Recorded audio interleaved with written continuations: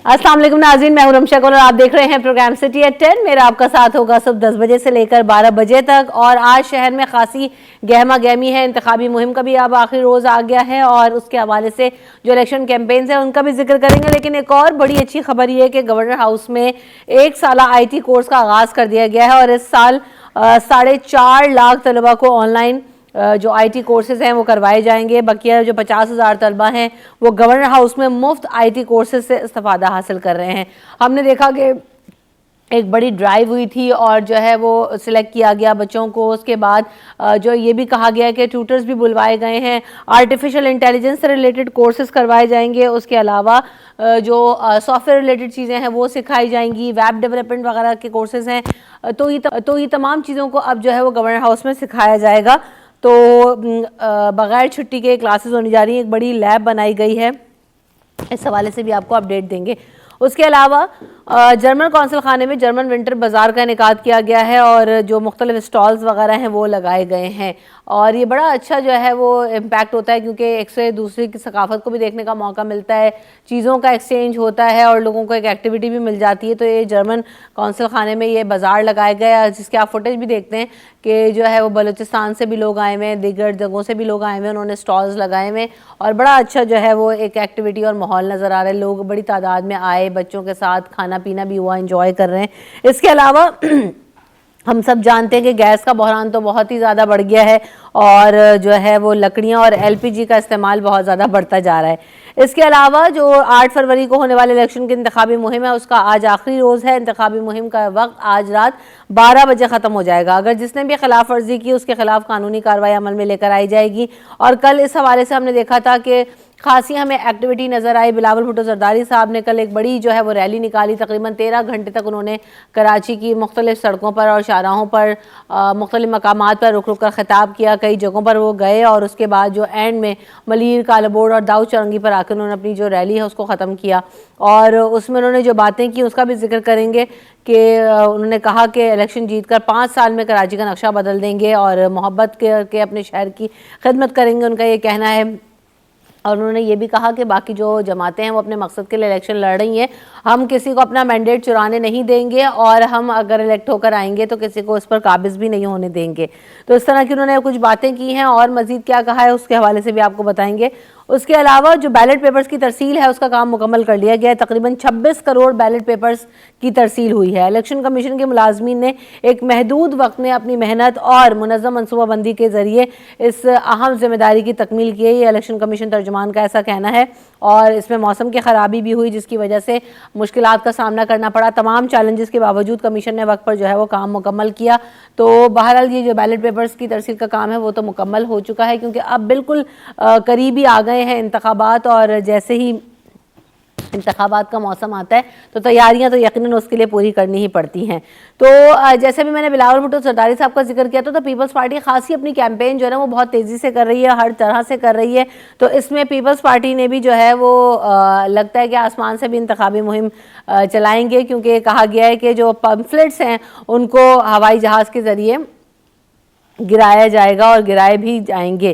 तो ये भी एक नई चीज़ हमें देखने में आ रही है। कहीं स्कूल्स में पम्फलेट्स मिल रहे हैं, कहीं जहाज़ों से गिरा रहे हैं। तो इस दफ़ा डिफरेंट तरह से हम देख रहे हैं कि कैंपेन्स हो रही हैं।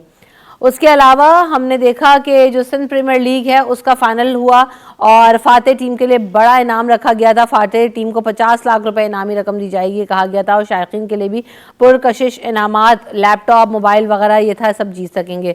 तो सिंध प्रीमियर लीग का जो टाइटल है वो मीरपुर खास टाइगर्स ने जीत लिया है और फाइनल में हैदराबाद बहादुर्स को 69 रन से जो है वो शिकस्त दे दी। इस हवाले से भी बात होगी। तो मीरपुर खास वाले जीत गए, मेरा आबाई गाँव, और जो है बड़ा अच्छा लगा यार, मीरपुर खास की टीम जीत गई है। इसके अलावा new chairman PCB Mohsin Naqvi साहब जो हैं वो उनकी तरफ से जो PCB की गवर्निंग बोर्ड है उसका इजलास होगा आज खुसूसी। और ये नेशनल क्रिकेट एकेडमी में होगा, जिसमें चेयरमैन पाकिस्तान क्रिकेट बोर्ड का इंतखाब किया जाएगा। और निगरां वज़ीर आला पंजाब मोहसिन रज़ा नकवी जो हैं वो चेयरमैन के लिए इस वक्त मजबूत उम्मीदवार के तौर पर सामने आ रहे हैं। उसके अलावा मुस्तफ़ा रमदे भी शामिल हैं और दीगर जो लोग हैं उनके भी नाम शामिल हो रहे हैं। तो अभी देखते हैं कि चेयरमैन के इंतखाब में कौन मुंतखब होता है। इसके अलावा कुछ और भी हमारे पास इंटर स्कूल रोइंग चैम्पियनशिप है, उसका भी इख्तिताम हुआ, उस हवाले से भी आपको अपडेट देंगे। और हमारे साथ जो हमारे नुमाइंदगान हैं उनको भी वेलकम करते हैं शो में। अस्सलाम वालेकुम अयाज राना साहब और जावेद, कैसे हैं आप दोनों? वालेकुम अस्सलाम, हम तो वैसे ही हैं जैसे हैं, आप बताइए आप ठीक? अल्हम्दुलिल्लाह मैं भी वैसे ही हूँ जैसी हूँ, अल्लाह का शुक्र। जावेद भाई आपके हाल कैसे हैं, मिजाज बखैर? बिल्कुल अल्लाह का शुक्र, मैं ठीक ठाक हूँ अल्हम्दुलिल्लाह। बारिश एंजॉय किया आप लोगों ने? बारिश को बस काफ़ी ज़्यादा एंजॉय कर लिया। आगे तो मैंने कुछ एज लाइव देखने का इत्तेफाक हुआ तो वो भाई बड़े पानी वानी जमा हुआ था और हमने कल बड़ा डिस्कस भी किया उसको, लेकिन उस शहर में बड़ी क्योटिक सिचुएशन थी। पता नहीं चला एकदम से इतनी बारिश हो गई या गटर उबल आए, कोई इंतजार था, एक साथ हो गया, एक साथ कुछ समझ नहीं आया।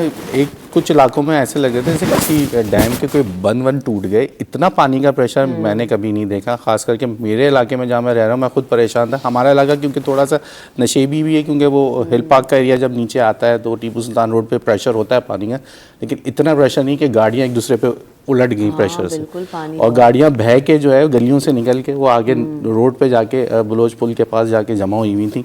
तो ये सब सिचुएशन हमने देखी जो काफ़ी हैरान कुन थी। और 1-1.5 घंटे की बारिश में इतना ज़्यादा जो था कोई इम्तिहान ही हो गया इलेक्शन से 2 दिन 3 दिन कबल। जितनी सियासी जमातें उनके लिए कराची दोबारा सवालिया निशान। अब ये तो है यकीनन, लेकिन इंतखाबी मुहिम सब चला रहे हैं और ये जो सब कुछ एक्सपोज होने वाली बात थी कि हो गई है बुरी तरह से एक्सपोज कि आप जिन बेसिस पर इलेक्शन कैंपेन्स कर रहे हैं और 30 साल से जो हाल है। अब कल बिलावल भुट्टो ज़रदारी साहब ये कह रहे थे कि जी हम पूरी मोहब्बत के साथ अपनी जो है वो शहर की खिदमत करेंगे, शहर का नक्शा बदल देंगे, कराची ने अगर साथ दिया तो काम करके दिखाएंगे।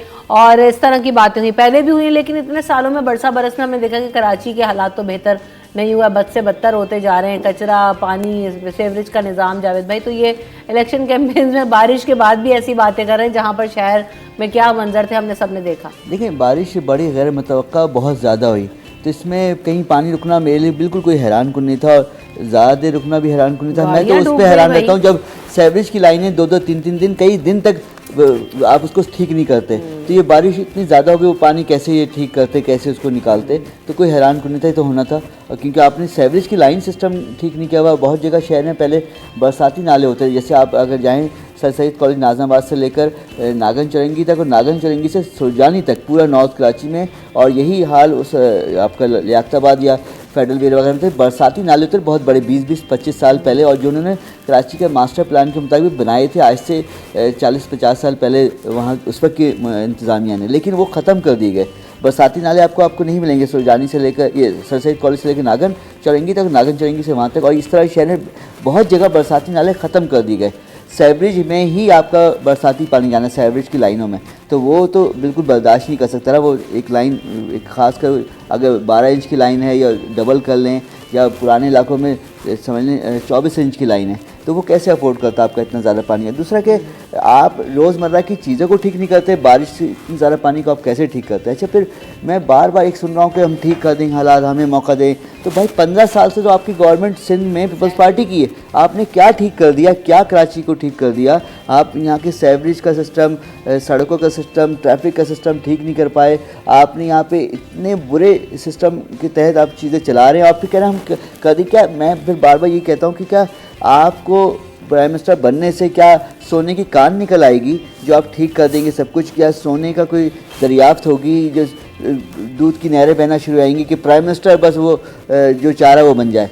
बिल्कुल अजीब सी मुझे बात लग रही होती है। और बार बार कहा जा रहा है कि ये मुमकिन नहीं, जो आप इतनी बहुत ज़्यादा सब्ज़ बाग दिखा रहे हैं ना आवाम को, उनको पता है ये मुमकिन नहीं है। जो अच्छा जावेद, इसमें ऐसा भी लग रहा है जैसे ये तमाम सियासी जमातें जो हैं वो पहली दफ़ा लड़ने के लिए मैदान में उतरी है, हमें वोट दे दें, हमें वोट दे दें। चाहे तो हमेशा ही तीनों चारों जमातें जिनकी भी बात कर लें आप, वो कुछ जो कराची को ओन करने वाली जमात है वो हुकूमतों का हिस्सा रही है, जो खुद दावा कर रही है कि आप इस दफ़ा मुझे वज़ीर आज़म बना दें पीपल्स पार्टी वाले, तो वो तो 15 साल से हुकूमत कर रहे हैं। वहाँ अगर हम पंजाब में देखें तो नवाज शरीफ साहब 4थी दफ़ा वज़ीर आज़म बन रहे हैं, और वो ऐसे दावे और वादे कर रहे हैं जैसे कोई पहली दफ़ा इनकी नई नई जमातें हैं और पहली दफ़ा लोगों को दोबारा से वो सुनहरे ख्वाब दिखाते हैं और किस मुंह से दिखा रहे हैं।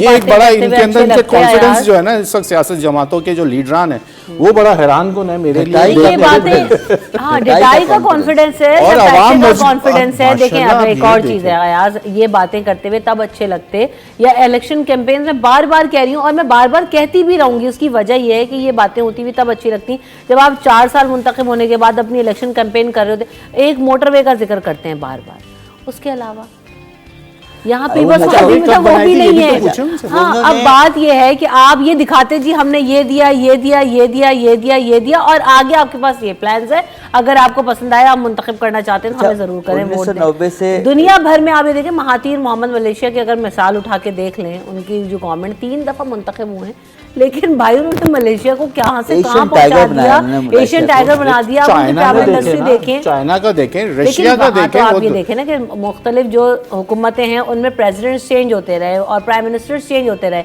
ये जो हमारे अब हमारे तो घूम घूम के वही लोग आते हैं, तो या बांग्लादेश की मिसाल देखें, हसीना जो है वहाँ तो 2 ही लोग आते हैं। हाँ, अब बात, लेकिन उन्होंने वो डेवलप तो कर रहे हैं, हमसे तो बेहतर ही है। तो बात ये है कि आप कहीं से तो कुछ अडॉप्ट कर लें, दुनिया भर से कुछ सीख लें। 1990 से लेकर अब तक नवाज शरीफ 3 बार वज़ीर-ए-आज़म बन चुके हैं, तो लेकिन बहुत मोटरवे का बड़ा जिक्र करते हैं, फिर green line, yellow line, metro line, सबका जिक्र, लेकिन ये नहीं बताते कि मैंने इतने अरसे में, और खुद अब कितनी बार वज़ीर रहे, और शहबाज शरीफ 10 साल लगातार वज़ीर रहे, लेकिन इन्होंने एक बार ये नहीं बोला कि हमने एक ऐसा हॉस्पिटल बना दिया जिसमें हमारा खुद का इलाज हो सके। आपने क्यों नहीं बनाया एक ऐसा हॉस्पिटल जो आप खुद बाहर जाते हैं इलाज करें? इसके बाद आपको अपने मुल्क के अस्पतालों पर एतमाद नहीं है, आपने सहूलियत वहाँ वो नहीं रखी जो होनी चाहिए थी। आपको तो करना चाहिए था ना। आप एक सूबे में, और उस सूबे में आप वज़ारत आला के ज़बरदस्त वो रहे सरबराह के, जो पाकिस्तान का 60% है, भले आप वज़ीर-ए-आज़म नहीं रहे इतने ज़्यादा अरसे, लेकिन 10-10 साल लगातार। नवाज शरीफ भी 1985 से 1988 तक वज़ीर आला रहे और काफ़ी अरसे ये लोग रहे। शहबाज शरीफ खुद रहे, हर दौर में मज़े करते रहे, लेकिन कोई सहूलत नहीं दी आपने। सेहत की क्या सहूलत दी है कि आपका खुद का इलाज बाहर हो रहा है? ये हम बात तो ये कर रहे हैं कि हम क्योंकि कराची रिलेटेड ज़्यादा खबरें और बातें कर रहे होते हैं, लेकिन बात ये है कि लाहौर भी मैं रही हूँ, पंजाब में मुख्तलिफ इलाकों में और मुख्तलिफ शहरों में भी जाने का इत्तेफाक हुआ है, लेकिन कहीं पर भी, कराची में तो चलें, फिर एक सिविल जिना हॉस्पिटल गवर्नमेंट का ऐसा है कि चलें कुछ जो है वहाँ पर आपको बेहतर सहूलियात अब मिले या आप इलाज के लिए जा सकते हैं, डॉक्टर्स वगैरह भी अच्छे हैं, लेकिन आपको लाहौर में ये फैसिलिटी भी मुझे नज़र नहीं आती। फिर यहाँ पर प्राइवेट हॉस्पिटल इतने बड़े बड़े मौजूद हैं कि आप जो है वो निमट सकते हैं बड़ी बीमारी से, वहाँ पर इतनी बेहतर सहूलियात नहीं है ना गवर्नमेंट की तरफ से, और ना मुझे कोई इतना बड़ा प्राइवेट, जैसे हमारे यहाँ 2-3 हॉस्पिटल्स ने बड़े, बल्कि ज़्यादा ही हैं मौजूद हैं, चैरिटी हॉस्पिटल्स मौजूद हैं। वहाँ पर एक सिर्फ कैंसर हॉस्पिटल मुझे बड़ा नज़र आता है, या बाकी मुझे ऐसा नहीं मेरे जहन में है कोई। लेकिन वो कैंसर तो हॉस्पिटल जिसकी आप बात करी ना, शौकत खानम कैंसर हॉस्पिटल, वो इंतहाई कमर्शियल हॉस्पिटल है। कई मेरे अजीज़ हैं, जानने वाले हैं, दोस्त अहबाब, उनके अजीज़ों को कि कैंसर से जब उसमें मुब्तला हुआ, कैंसर बीमारी, तो इलाज उनका फ्री नहीं हुआ, किसी का डिस्काउंट तक पे नहीं हुआ, उन्होंने सीधा मना कर दिया, नहीं हमारी मुकम्मल फ़ीस है।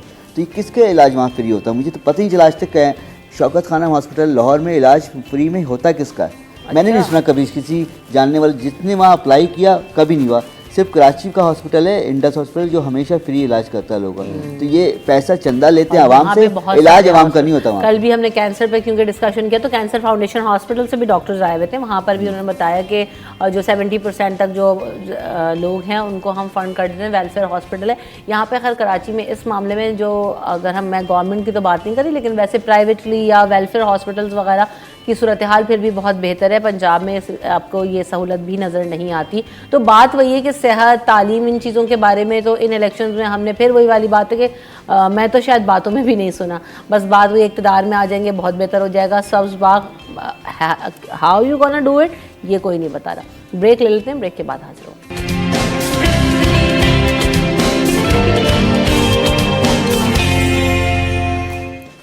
Welcome back in city at 10। तो जनाब हमने कल ये भी देखा कि सिंध प्रीमियर लीग का फाइनल हुआ है और इसमें जो मेरी आबाई टीम है भाई वो जीत गई है, तो बड़ी खुशी हुई। सुबह ही सुबह मैंने ये देखा है, तो कैसा मुकाबला रहा जावेद भाई? और मीरपुर खास की टीम तो लग रहा है बड़ी अच्छी। देखा मीरपुर खास वाले कितने अच्छे होते हैं। मीरपुर खास की मोहब्बत में आज वो इसीलिए उन्होंने जो है ना ड्रेस भी निकाल के बिल्कुल के प्योर जो है वो लगे हैं अजरक, और वो उसके साथ अजरक प्रिंट लग रहा है, लेकिन ये अजरक प्रिंट है नहीं, देखने वाले को सिमिलर टू दिस, थोड़ा बहुत मिलता है उससे। Thanks to J dot.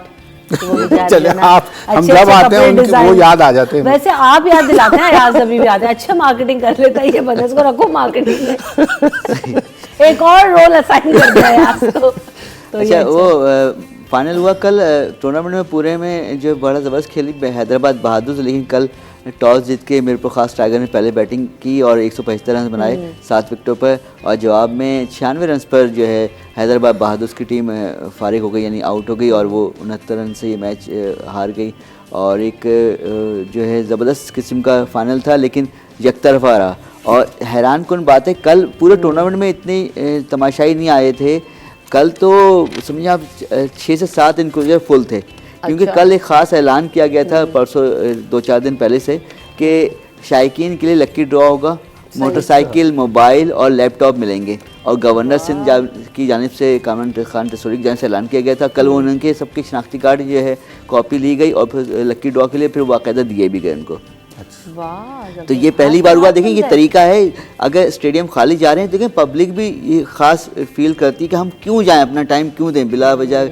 Match तो हम टीवी पे भी देख लेंगे, लेकिन टिकट्स भी फ्री कर दिए आप अट्रैक्शन अच्छा रखें, किस तरह उनको स्टेडियम में लाया जाए, उनके लिए पुरकशिश बनाएं, वहाँ स्टेडियम में आना आसान हो, ज़्यादा मसले मसाइल ना हो, बहुत ज़्यादा दूर से ना उनको आना पड़े। तो देखिए कल बहुत अच्छा रिस्पांस रहा, और गवर्नर सिंध भी आए, जाजमिजात थे, काफ़ी लोग थे, और एक अच्छा लोगों को मैच देखने मिला। पूरे जो टूर्नामेंट था किसी भी मैच में शायद 2 से 4,000 अफराद नहीं आए थे किसी भी दिन। कल 8 से 10,000 अफराद मौजूद थे मैच देखने के लिए। तो अच्छा लग रहा था कि, क्योंकि देखिए अगर स्पॉन्सर ने इतनी बड़ी इन्वेस्टमेंट की हुई है, स्पॉन्सरशिप की है, तो वो चाहेगा कि लोग आएँ, स्टेडियम खचाखच भरा हो, ना कि खचाखच खाली हो कुर्सियाँ। तो वो कल अच्छा लगा देखने के वाले को भी, खेलने वाले को भी, मुंतजमीन को भी, स्पॉन्सर्स को भी, और मेहनत सबकी वसूल होती है कि लोग आ रहे हैं देख रहे हैं। और PSL से पहले ये आखिरी इवेंट था कराची में, अब PSL शुरू होने जा रही 17 आपका फरवरी से मुल्तान में। कराची में 11 मैच हैं, फाइनल भी कराची में होगा, आखिरी 4 मैच भी कराची में होंगे, 9 मैच होंगे पिंडी में, 9 मैच होंगे लाहौर में, जो कि अच्छा इवेंट होने जा रहा है। तो इसकी आखिरी जो समझिए कामयाब गया आखिरी दिन। ज़बरदस्त भाई, और वैसे भी अच्छा है कि चलें कि एक्टिविटी हो रही है तो अच्छा शहर में भी जो है ना वो नज़र आता है, क्योंकि लेकिन इलेक्शंस भी साथ साथ चल रहे हैं, तो अच्छा ही हुआ कि PSL को आगे कर दिया, ऐसे रिलेट नहीं किया, तो ये भी एक अच्छी चीज़ है कि हमारे नजर आ रही। दूसरी तरफ ये कि आइट का आगाज़ कर दिया गया गवर्नर हाउस में, और तकरीबन जो ऑनलाइन बच्चे हैं वो 4.5 लाख तलबा हासिल कर सकेंगे, और 50,000 फिजिकली जाके एजुकेशन, नई लैब वगैरह बनाई गई है, बड़ा ज़बरदस्त इंतज़ाम नज़र आ रहा है, और कोई छुट्टी वुट्टी नहीं है, 7 रोज़ पढ़ना है, 3 शिफ्टों में पढ़ा रहे हैं, तो ये बड़े अच्छे काम है यार, बहुत अच्छा है। हम सब पहले भी हमने ये बात की थी कि ये ऐलान तो हो गया, लेकिन अब तक कोई अमल दरामद शुरू नहीं हुआ था। लीड फैकल्टी में 32,000 पढ़ाएंगे, उसके अलावा जो फॉरेनर्स आए हैं वो भी आगे जाके इनको ट्रेन करेंगे। 2 कोर्सेज का जिक्र था, जो मीटा की जो है वेब, उसके लिए भी एक सिखाया जा रहा है, और साथ साथ जो आर्टिफिशियल इंटेलिजेंस है, ग्राफिक्स है, सॉफ्टवेयर डेवलपमेंट वगैरह, 3 से 4 कोर्सेज हैं जो इसके ऊपर ये काम कराया जा रहा है, और डेली 3 शिफ्ट्स हैं जिसके अंदर बच्चे जाएंगे और इसको तालीम यहाँ जो है वो हासिल करेंगे इसकी IT की। अब ये काम तो शुरू हो गया, हम समझ रहे थे कि ये रह जाएगा, लेकिन गवर्नर साहब जो है वो करने में कामयाब हो गए। देर आया, दुरुस्त आया, अच्छा आया, लेकिन अब मेरी इल्तिजा है उन स्टूडेंट्स से जो ये तालीम हासिल कर रहे हैं उसके ऊपर फोकस करें। फ्री हो रही है तो ये ना समझें कि एक इसको एंटरटेनमेंट के तौर पे वहाँ जाएं कि हम गवर्नर हाउस जा रहे हैं, सब मिल के तफरीह का उसको मुकाम ना बनाएं, उसके ऊपर फोकस करें, और आने वाले दिनों में जो इनके लिए, जो मुल्क के लिए एक सरमाया बनने की कोशिश करें, ताकि हम इससे जो है हमें फ़ायदा हासिल हो। अच्छा आज इसमें एक बहुत अच्छी बात आपने कही, आप ही की बात को कंटिन्यू करते हुए ये भी एक चीज़ ज़रूर करें कि देखें, अगर आप ये कोई कोर्स भी कर रहे हैं, जावेद भाई आप इससे शायद अग्री करेंगे कि आप इसको ज़ाया ना करें, क्योंकि हम ये देख रहे होते हैं ना कि मेडिकल पे या हम इंजीनियरिंग में भी लड़कियां या दूसरे लोग एनरोल कर देते हैं, एंड देन वो सब कुछ छोड़ छाड़ के घरों में बैठ जाते हैं, तो वो एक पूरी जो इतनी स्ट्रगल होती है, पैसा होता है, इसी तरह ये बच्चे भी कोर्सेज में मुंतखब सीटों पर आए हैं, उनकी जगह कोई और भी आ सकता था, ये पास करके मेहनत से आए हैं। तो अब आप ये सोचें कि आपने इसको सीख के कंटिन्यू करना है और इसको प्रैक्टिकल करना है। आप ये ना समझें कि जी आप ये एक सर्टिफिकेट ले लेंगे तो मेरे पास एक IT का सर्टिफिकेट है तो बस जी मेरा काम हो गया, नहीं, आप इसको चाहे ऑनलाइन काम करें, चाहे आप किसी तरह से भी अप्लाई करें, फिजिकल ऑफिस में जाके नौकरियां करें। अब तो हर जगह IT इन डिमांड है, और ना सिर्फ पाकिस्तान में, पाकिस्तान से बाहर भी।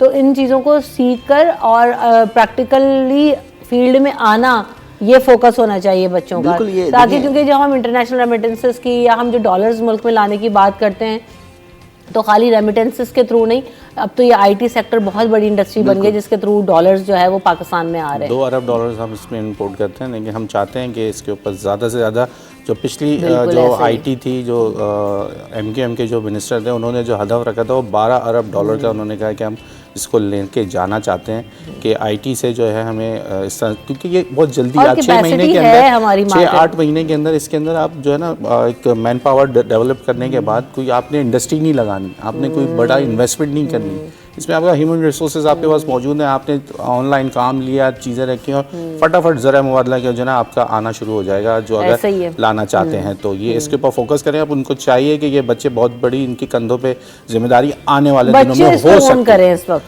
ओन करें, जो इनका एक साहब- बहुत बड़ा जो है ना किरदार हो सकता जो है काम कराची गवर्नर साहब ने पाकिस्तान की कर मशरक़। दिया वो बच्चों के ऊपर बहुत भारी जिम्मेदारी होगी। अच्छा, ये देखिए कोर्स हर तरह से देखा जाए तो फ़ायदेमंद ही, इसको आप करके, और डिग्री तो है, तालीमी डिग्री यकीनन स्टूडेंट्स के पास, लड़कियों के पास है।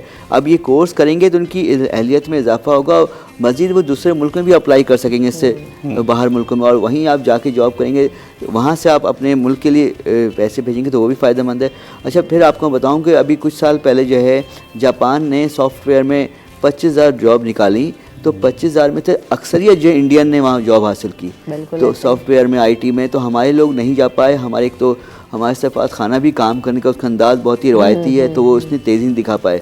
हमारे लोग कभी कभी बहुत स्लो काम करते हैं, तो यहाँ पे ज़रूरत ये भी सफ़ात खाने भी वहाँ जॉब सर्च करें, अपने लोगों को बुलाने के लिए तेज़ काम करें, तब ये मुमकिन देखिए ना, है। अब ये भी होता है ना कि अब वही वाली बात है कि हम लोग एक दूसरे को आगे बढ़ाने के बजाय उनकी टांग खींचने में लगा रहे हैं, बजाय इसके कि हम अपने लोगों को जितने ज़्यादा स्किल्ड हैं, जो लोग हैं उनको आगे बढ़ाएं, उनको जल्दी से, जैसे आप बात करें कि भाई दूसरे सफारत खानों ने जल्दी काम किया, तो आपके पास तो हर तरह का टैलेंट मौजूद है, बिल्कुल। लेकिन आप फोकस ही नहीं करते लेकिन इसमें वीज़ाज एक में। वजह और भी है ना, और आप देखे ना कितनी अवेयरनेस दी। बात अवेयरनेस साथ आपके पास देखें, इस आईटी के काम में अंदर आपकी अंग्रेज़ी अच्छी होनी भी ज़रूरी है, साथ में आपको इंग्लिश आनी चाहिए ना। अब ये भी तो आप एक बड़ा मसला है ना। आप बिल्कुल है, जैसे बिल्कुल इंडिया है। की बात करते हैं तो उनकी लिटरेसी रेट कहाँ है, उनकी तालीम का मेयार कहाँ है, तो हम फिर यहाँ पे जब वो बच्चे भी जो सिफारिशों के ज़रिए आगे आ जाते हैं, लेकिन फिर वही बात आती है आगे जब प्रोफेशनल आएंगे तो फिर प्राइवेट सेक्टर में तो सिफारिश नहीं चलती। हाँ, गवर्नमेंट इदारे में तो आपको कोई ना कोई कवर अभी मिल भी, जाता है, किसी के सहारे के बच जाते हैं, लेकिन प्राइवेट सेक्टर आपको तो नहीं बचाएगा। अभी भी जापानी हुकूमत ने 1-1.5 साल पहले से एक स्कीम शुरू की हुई है कि आप जो है हुनरमंद बने, स्किलफुल बने, और जापानी ज़बान 6 महीने का कोर्स ज़रूर अपने मुल्क में हासिल करें जापानीज़ सफ़ारत खाने के तहत। तो वो N5 N4 आपने उनकी डिग्री ले ली तो आपको वहाँ जॉब के लिए आपको वर्क वीज़ा मिल सकता है। तो यानी जापान जैसे मुल्क में अगर आप वर्क परमिट हासिल कर लें तो ये भी अच्छा होगा, और आप स्किल हासिल करके, यानी मुख्तलिफ उन्होंने 32 कैटेगरी रखी है, तो आप अलग अलग कैटेगरी में हुनर ये हासिल जो बात आप करें जापान और की कर रहे हैं। जापानी ज़बान सीख कर वहाँ नौकरी हासिल कर सकें। लेकिन हमारे लिए सिर्फ 700 लोग गए हैं अब तक वहाँ पर। अब ये जो आपने बात की उसकी वजह एक और इसका इसमें जो लोगों को ड्रॉबैक नज़र आ रहा होता है, या हम ये कोताही हम समझें कि हमारी जो कोताही वो ये भी है, आपने जापान का जिक्र किया, Germany is the same, Spain is the same, आप ये यूके में आप, लेकिन क्या यूके में चले अंग्रेजी में बात हो जाएगी, इनमें क्या है कि आप यहाँ पर N1 N2 N3 N4 है, इसी तरह जर्मनी में आप B1 B2 है, वो आप एग्जाम्स लैंग्वेज के पास करते हैं, लेकिन हम क्या कर रहे हैं, हम वो लैंग्वेज पे काम ही नहीं कर रहे। बिल्कुल, हम ये समझ रहे हैं जब हम पहुंच जाएंगे तो सब कुछ सीख लेंगे। आपको ये नहीं पता कि आपने अगर यहाँ पे 3 और 6 महीने लगा लिए तो आपके लिए जाना भी आसान होगा, और आपके लिए वहाँ पर काम करना, वीज़ा हासिल करना, नौकरी हासिल करना, तमाम चीज़ें स्मूथ हो जाएंगी। एक छोटी सी टिप ये कि बच्चे जो IT कोर्सेज कर रहे हैं, IT क्लासेस में इनरोल हो गए हैं, उनको बहुत अच्छा मौका मिल गया। जैसे भी अयाज ने बात की कि अपनी एक तो अंग्रेजी पे काम करें, जिनको अंग्रेजी अच्छी आती है वेरी गुड, वो जो है वो जर्मन या जापानीज जो भी है उसको भी सीखने के लिए साथ साथ इनरोल हो जाएं, ताकि आप कम से कम अगर पाकिस्तान में काम करना चाहते हैं बिल्कुल करें, अगर मुल्क से बाहर जाना चाहते हैं तो आप किसी भी मुल्क की लैंग्वेज सीख के और आप जा सकते हैं। और दूसरी बात ये कि जिनको अंग्रेज़ी भी जिनकी वीक है वो भी अपने आप को इनरोल कर लें साथ साथ लिटरेसी प्रोग्राम में, ताकि वो अंग्रेज़ी भी सीख लें, दीगर लैंग्वेजेस सीखें। फ्रेंच, आप देखें कनाडा में जो फ्रेंच ज़बान है जिसको आती है उसको जो है बहुत अच्छी जॉब्स मिलती हैं, बिल्कुल वहाँ और हर सेक्टर में मिलती हैं। अमेरिका में जो है वो, कनाडा में, इवन फ्रांस में, तो आप सीखें, अपने आप को ग्रूम करें और जो भी मौके आप हासिल करना चाहते हैं इट्स ऑन योर वे। लेकिन ये टिप ये है कि IT क्लासेस के साथ साथ कोई ना कोई लैंग्वेज ज़रूर सीखें। ब्रेक लेते हैं, ब्रेक के बाद हाजिर होंगे।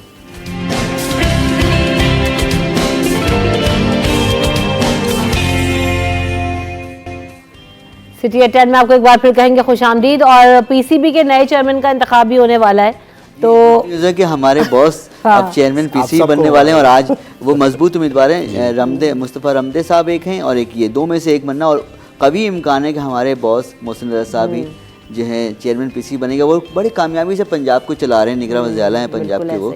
तो ये नहीं कि वो हमारे बॉस हैं तो इसलिए मैं तारीफ़ कर रहा हूँ, बाकी दुनिया भी तारीफ कर रही है उनकी, सब लोग तारीफ नाम रख दिया है। हाँ, और वो बड़ी तारीफें होती हैं। बैठ नहीं रहे, पिछले जितने वज़ीर आला थे, भले वो शहबाज शरीफ हों, परवेज़ इलाही हों और उससे पहले जो भी गुजरे, उन सबको बीट कर चुके हैं, वो पीछे छोड़ चुके हैं। जितनी 23 में काम किया, बड़े अंडरपासेस खड़े कर दिए, वहाँ पे इतना डेवलपमेंट का काम हो गया है ना। हालांकि उनके पास पावर ज्यादा नहीं है, नहीं टाइम नहीं हुआ, वो जो अंडरपास वगैरह बनाए, रोड बनाए, उसमें बहुत शॉर्ट टेन्योर में कंप्लीट कर दिया। लेकिन सबसे अच्छी बात, मैं ऐसी एक जगह बैठा था, लोग कह रहे थे अगर इनके ऊपर बर्डन, इसका बाइंडिंग नहीं होती, अगर ये इस वक्त इलेक्शन में खड़े हो जाते तो मोहसिन साहब जो है वो इलेक्शन लॉर से जीत जाते। इतनी उनकी एक मकबूलियत, फैन फॉलोइंग उनकी बहुत मकबूल हो चुके हैं, इतने मकबूल हो गया। अगर इनकी बाइंडिंग नहीं होती कि केयर टेकर गवर्नमेंट में और इस वक्त इलेक्शंस में खड़े हो जाते तो यकीनन फॉर द नेक्स्ट टाइम। लेकिन मुझे बड़ी उम्मीद है कि वो इंशाल्लाह आज बन जाएंगे चेयरमैन PCB, और बनने के बाद ये भी मुझे उम्मीद है कि वो बहुत ज़बरदस्त काम करेंगे। जितनी वो उनकी एनर्जेटिक है ना, वो जितने भाग दौड़ का उनका इरादा होता है, वो बड़ी सफाई से सारे काम करते हैं, बड़ी मेहनत से करते हैं, तो और बिल्कुल डेडिकेशन उनकी बहुत ज़बरदस्त है, तो वो हमें भी नज़र आता है। अच्छा, एक बहुत ये इसलिए नहीं कि मोहसिन साहब हमारे बॉस हैं, जैसे अभी आपने भी कहा, मोहसिन साहब के साथ लाहौर में भी काम किया, उनको काम करते हुए देखा, तो हमेशा फ्लोर पे जो है ना वो बहुत ज़्यादा एक्टिव रहे। न्यूज़ चैनल में आप देखेंगे बॉसेस या मालिकान जो है वो नजर नहीं आते, बट आपको शक्लें नहीं मिल रही होती। तो मोहसिन साहब was always on the floor कि आज ये है, ये है, हैपनिंग हो रही है, सबसे बड़ी बात उनकी ये अच्छी है। दूसरी चीज़ ये कि जो है ना स्पोर्ट्स में इंटरेस्ट रखते हैं। हमारे जब मैं लाहौर में थी तो हमने देखा कि 2 साल फुटबॉल पूरा टूर्नामेंट हुआ जिसमें मुख्तलिफ ब्यूरो से टीम्स आती थी, रहती थी लाहौर में, एंड देन पूरे जो है ना वो एक फेस्टिवल लगा होता था, हमारा इंटर ऑफिस कह लें या इंटर CNN फैमिली आप उसको कह लें, तो बड़ा मज़ा आता था। तो यानी स्पोर्ट्स में उनका इंटरेस्ट है और बहुत वेल मैनेज्ड और वेल ऑर्गेनाइज्ड होता था। सबको जो है उन्होंने किट्स भी दी, शूज़ भी उनके अकॉर्डिंगली, तो वो एक बड़ा काम होता है 800,000 एम्प्लॉयज़ को एक जगह इकट्ठा करना एंड देन उनको फैसिलिटेट करना, तो ये था। तो अब लगता यही है कि जो पाकिस्तान क्रिकेट बोर्ड है उसमें भी जनाब वो बिल्कुल गवर्निंग बोर्ड का इजलास है, और ऐसे जिम्मेदारियों में क्या चीज़ शामिल होगी जो वो PCB चेयरमैन जो है ना पाकिस्तान में टॉप पे रहता है और सबसे ज़्यादा पाकिस्तान का जैसे वजीर आजम है, ऐसे वो PCB के वजीर आजम है। PCB में मामला ऐसे कि हमारा तनकीद करने पे भी आ जाता है ना, इसलिए पूछ रहा हूँ कि उनके पास जो जिम्मेदारियां होंगी, लोग बोलेंगे उनका क्या काम है, तो इस तरह लोग तनकीद शुरू हो जाते हैं। जब सेठी साहब ने जिस तरह चलाया पाकिस्तान क्रिकेट बोर्ड, मुझे उम्मीद है ये उससे बेहतर चला लेंगे ना। जब सेठी भी एक साफी थे लेकिन उनको मौका मिला तो उन्होंने चलाया, और ये भी इनकी भी, ये भी पहले चीफ मिनिस्टर बने, निगरान वज़ीर बने, अब 1 महीना का तकरीबन टाइम इनके पास और होगा निगरान वज़ीर आला का, तो उसके बाद ये मुकम्मल फिर PCB ज़्यादा तवज्जो से काम कर। अच्छा, ये कितने टाइम के लिए नॉमिनेट होता है PCB चेयरमैन? 3 साल के लिए। 3 साल के लिए। और दूसरी बात ये कि जहन से एकदम अब ये ना हो कि जो नया वज़ीर आज़म आए मुल्क में वो कह दे नहीं मुझे ये पसंद नहीं है, क्योंकि अक्सर ये होता है वो उसकी पसंद पे होता है कि वो नॉमिनेट करता है 2 में, उनमें से एक को बना देता है। फिर गवर्निंग बोर्ड 2 को नॉमिनेट करती है चेयरमैनशिप के लिए। अभी भी इस बार ने गवर्निंग बोर्ड ने 2 को नॉमिनेट किया, पहले ही गवर्निंग बोर्ड के मेंबर बने बाकायदा और नामजद हुए, और आज उम्मीद है कि ये बन जाएंगे चेयरमैन। इतना बड़ा इवेंट आ रहा है पाकिस्तान क्रिकेट। जी जावेद में बहुत इंपॉर्टेंट सवाल है, मैं फिर ना भूल जाऊँ, वो ये कि हम देखते हैं कि क्रिकेट बोर्ड में चेयरमैन तो आ रहे हैं, लेकिन जैसे अभी सेठी साहब का जिक्र हुआ, मोहसिन साहब का जिक्र कर रहे हैं, या जो रमदे साहब हैं, इनकी प्रोफाइल मैं इतना नहीं जानती हूँ, मुझे ज़रूर बताइएगा मुस्तफ़ा रमदे साहब। तो ये जो हमारे एक्स क्रिकेटर्स हैं, जो सीनियर क्रिकेटर्स हैं, वो हमें चेयरमैन के लिए नॉमिनेशंस में क्यों नजर नहीं आ रहे, या वो इन ओहदों पे क्यों नजर नहीं आ रहे, उसकी क्या वजह है? इससे पहले थे रमीज़ आजा थे, साबिक़ कप्तान भी रहे, फिर इमरान खान के ख्वाहिश पर वही वज़ीर आज़म थे तो उन्होंने अपनी ख्वाहिश पे रमीज़ आजा को बनाया, लेकिन वो रमीज़ आया ने इमरान खान की पॉलिसी को फॉलो किया और क्रिकेट बोर्ड में तबाही मची। वो इस वजह से कि उन्होंने सारे डिपार्टमेंट की टीमों का टूर्नामेंट बंद कर दिया, डिपार्टमेंट टीमों को कहा कि आप टूर्नामेंट नहीं खेलेंगे, उनका टूर्नामेंट होता रहा। तो डिपार्टमेंट ने अपनी टीमें बंद कर दी, उससे बेरोजगारी बढ़ी खिलाड़ियों की। 2,500 से 3,000 खिलाड़ी बेरोजगार हुए, ऑफिशियल बेरोजगार हुए, कोच ट्रेनर वगैरह, और वो जो टीमें बंद हुई उनको अब खुलना मुश्किल हो गया। हालांकि शहबाज शरीफ ने अपने पिछले दौर में 16 महीने के वक्त में कह दिया था कि ये टीमें बहाल कर रहा हूँ मैं, उन्हें ऐलान किया, बाकायदा नोटिफिकेशन भेजा, लेकिन अब उनको बहाना मिल गया मुख्तलिफ इदारों को टीमें बहाल ना करने का। अभी हमने बजट अप्रूव लेकिन क्रिकेट फील्ड के मामला तो क्रिकेटर्स बहुत बेहतर तरीके से जानते होंगे ना। लेकिन देखिए कभी कभी ऐसा होता है कि जो एडमिनिस्ट्रेटर है वो अच्छे से चलाता है। इसमें मैं आपको बताऊं, कुछ लोग कहते हैं नजम सेठी ने बड़ा कमाल किया कि ठीक है किया, लेकिन उन्होंने पीएसएल कराया। कल रात को मैं एक को बताया कि पीएसएल हमारे यहाँ सबसे बड़ा इवेंट नहीं था, हमारे यहाँ सबसे बड़ा इवेंट 87 में हमने वर्ल्ड कप मेज़बानी की, हमने 96 में वर्ल्ड कप की मेज़बानी की। क्या वर्ल्ड कप से बड़ा कोई इवेंट होता है? हम वो कर चुके हैं, हम लोग इस काबिल थे। हमारे डोमेस्टिक स्ट्रक्चर की वजह से हालात खराब हो गए थे, पूरा इमेज खराब हो गया था, उसके बाद पीएसएल भी एक बड़ा चैलेंज बन गया था। ये लेकिन सबसे बड़ा टूर्नामेंट कायद-ए-आज़म ट्रॉफी था, डोमेस्टिक में कायद ट्रॉफी होता था। लेकिन हमने अगर देखें वर्ल्ड कप से बड़ा तो कोई इवेंट नहीं होता। हम 2 बार होस्ट कर चुके हैं, हम एशिया कप कई बार होस्ट कर चुके हैं। और पाकिस्तान का जो डोमेस्टिक क्रिकेट का स्ट्रक्चर है ना, वो इंग्लैंड फॉलो करता रहा, जो हमारे इतना बेहतरीन स्ट्रक्चर, ये आज से 30-40 साल पहले का है। वो आरिफ अब्बासी ने पूरा बनाया था, वो उसको लेके चलते थे। तो हमारे बड़े अच्छे एडमिनिस्ट्रेटर गुजरे, नूर खान थे, एक चेयरमैन PIA क्रिकेट बोर्ड के सरबराह रहे, उन्होंने चलाया। फिर मुस्तफ़ा साहब थे, काफ़ी लोग क्रिकेट बोर्ड में बड़े अच्छा आए और काम करते रहे। यानी ये नहीं कि पहली बार PSL हो गई तो इससे बड़ा कोई इवेंट नहीं हुआ, इससे बड़े इवेंट हमने होस्ट किए। लेकिन कुछ लोगों की याददाश्त शायद थोड़ी सी लिमिटेड है, तो उनको पता नहीं चला। जो सबसे बड़ा मसला इलेक्शंस में भी देख रहे होते हैं, यही हम जो है वो बोर्ड्स के मामला में भी देख रहे होते हैं। देखें ना माशाल्लाह जलसों के अंदर जिस कदर आवाम मौजूद है, चाहे इधर साइड देख लें चाहे पंजाब साइड देख लें, इससे पहले जब जो सियासी जमात को लिवरेज हासिल थी तो वहाँ भी इतनी आवाम होती थी। तो माशाल्लाह शॉर्ट मेमोरी के लोग हैं, उनको पता है ट्रक की बत्ती के पीछे लगाया जाओ, भागे जाएगी आवाम, वही सस्ती बिजली। मुझे ऐसा लग रहा है कि ना एंटरटेनमेंट बन गए। गाने देखे हैं आपने, आप जिस भी जमात का गाना सुन ले मजा ही आ रहा है। बड़ी मेहनत से बड़े पैसे चाहे नजरियात के खिलाफ हो, लेकिन है ना जहाँ पे वो बज रहे। अच्छा, जो हिट हो जाता है उसकी कॉपी में दूसरी जमात भी बना लेती है। हाँ, ये भी देखे ना, जो हिट हो जाता है उसी की जमात में बोलता वो गाने पे लोग ज्यादा झूम रहे थे, हम भी इसी बीट पे बना लेते। अच्छा, गाने का भी जिक्र आया तो PCB चुके या PSL की हम बात करें, अली जफर साहब को गाना जो है वो नहीं बना रहे थे और फिर बड़ी कंट्रोवर्सी चलती रही कि हाँ होगा या ना होगा। उनके जो मिशा शफी ने उन पर इल्जामात लगाए जिस वजह उनको थोड़ा काफ़ी नुकसान हुआ उस वजह उनकी शोहरत को, लेकिन वो सारे इल्जामात से बरी हुए। और मिशा शफी पे हर जाने भी वो बहुत सारे ऐसी करती हैं अदाकाराएँ कि झूठे इल्जामात लगाती हैं मेल अदाकारों पे। ये साबित करना, क्योंकि पहले बोल दिया वो बदतर है, सफाई पेश करता है, लेकिन उसका काफ़ी नुकसान होता है, डैमेज होता है इसकी जो शोहरत होती है। लेकिन कुछ लोगों का शायद काम ही यही है कि करते हैं। लेकिन ऐसा हर किसी के साथ नहीं होता, भी होगा जब नहीं, हमेशा 100% दुरुस्त नहीं होता। देखें किसी खातून ने कहा 100% दुरुस्त के साथ थोड़ा सा डिस्टेंस होना चाहिए, चीजें एक लिमिट। हमारी असल में माइंड सेट है कि खातून ने कोई कह दिया तो कहीं 100% सच ही बोला होगा, बस ये माइंड सेट है बात है। लेकिन आप इतनी खामोश क्यों होगी इस बात?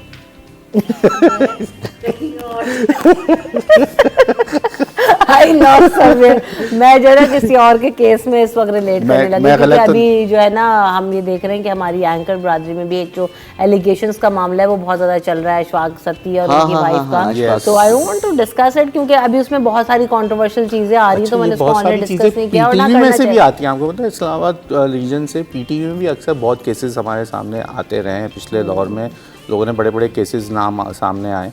तो ये चीज़ें वर्क के ऊपर जो हरासमेंट के ये केसेस हैं ये हो जाते हैं, होते हैं। अब उसमें कभी ख़वातीन की वजह से कहते हैं ज़्यादती भी हो जाती है, कभी मर्दों की तरफ से ज़्यादती हो जाती है। तो ये दोनों चीज़ें बैलेंस। प्रेस क्लब में भी एक वाक़या हुआ है कि अभी चल रहा है, वहाँ भी एक खातून ने शोर किया हुआ कि उनको फिर 3 महीने का या कुछ अरसे का उनको बैन लगा दिया प्रेस क्लब में दाखिले पर। अच्छा। खातून है प्रेस क्लब के मेंबर के, लेकिन दूसरी तरफ से पता चला कि भाई उनको इलेक्शन में खड़ा नहीं किया जा रहा था, तो इसलिए उन्होंने। अब ये जो टैक्टिक्स हैं ये तो वाकई चलती रहती हैं, और ये आपको, मुझे ऐसा लगता है कि आप अगर गलत करते हैं तो आपके साथ इन द एंड जाके गलत ही होता है, और अगर आप अच्छा करते हैं तो जो है वो अच्छा ही होता है, वो कारवां जो है वो सामने आ जाता है। वक्फा।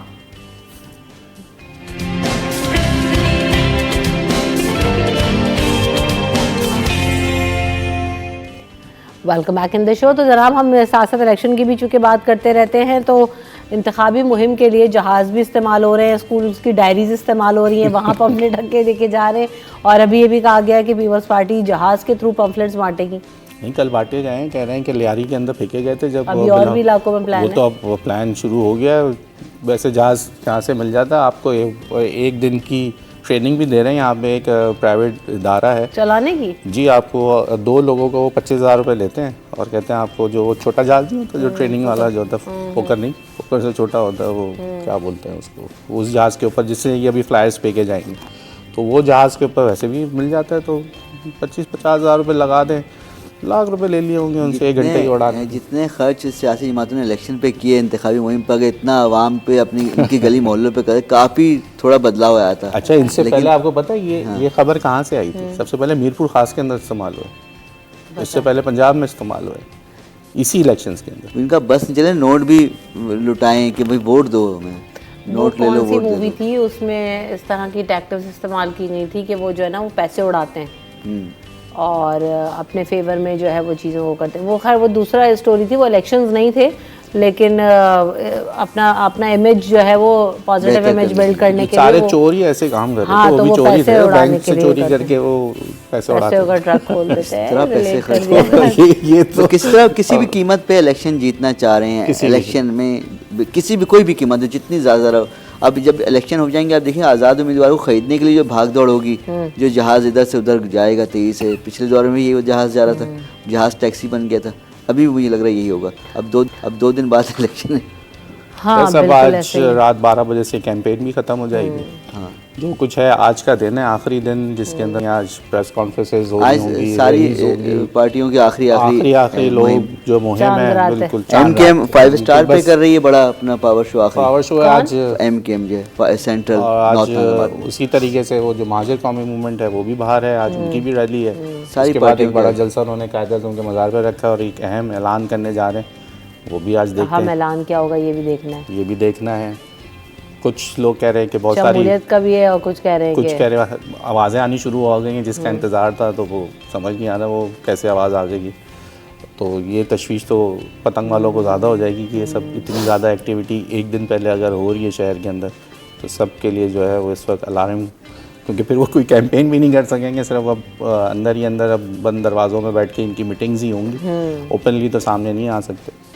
तो उसके ऊपर जो है, क्योंकि इलेक्शन कमीशन पे जो है वो उसके ऊपर जुर्माने करता है, वो एक्शन ले सकता है इनके ऊपर। अच्छा, इस पे बड़ा स्ट्रिक्ट एक्शन होता है वैसे मैंने देखा।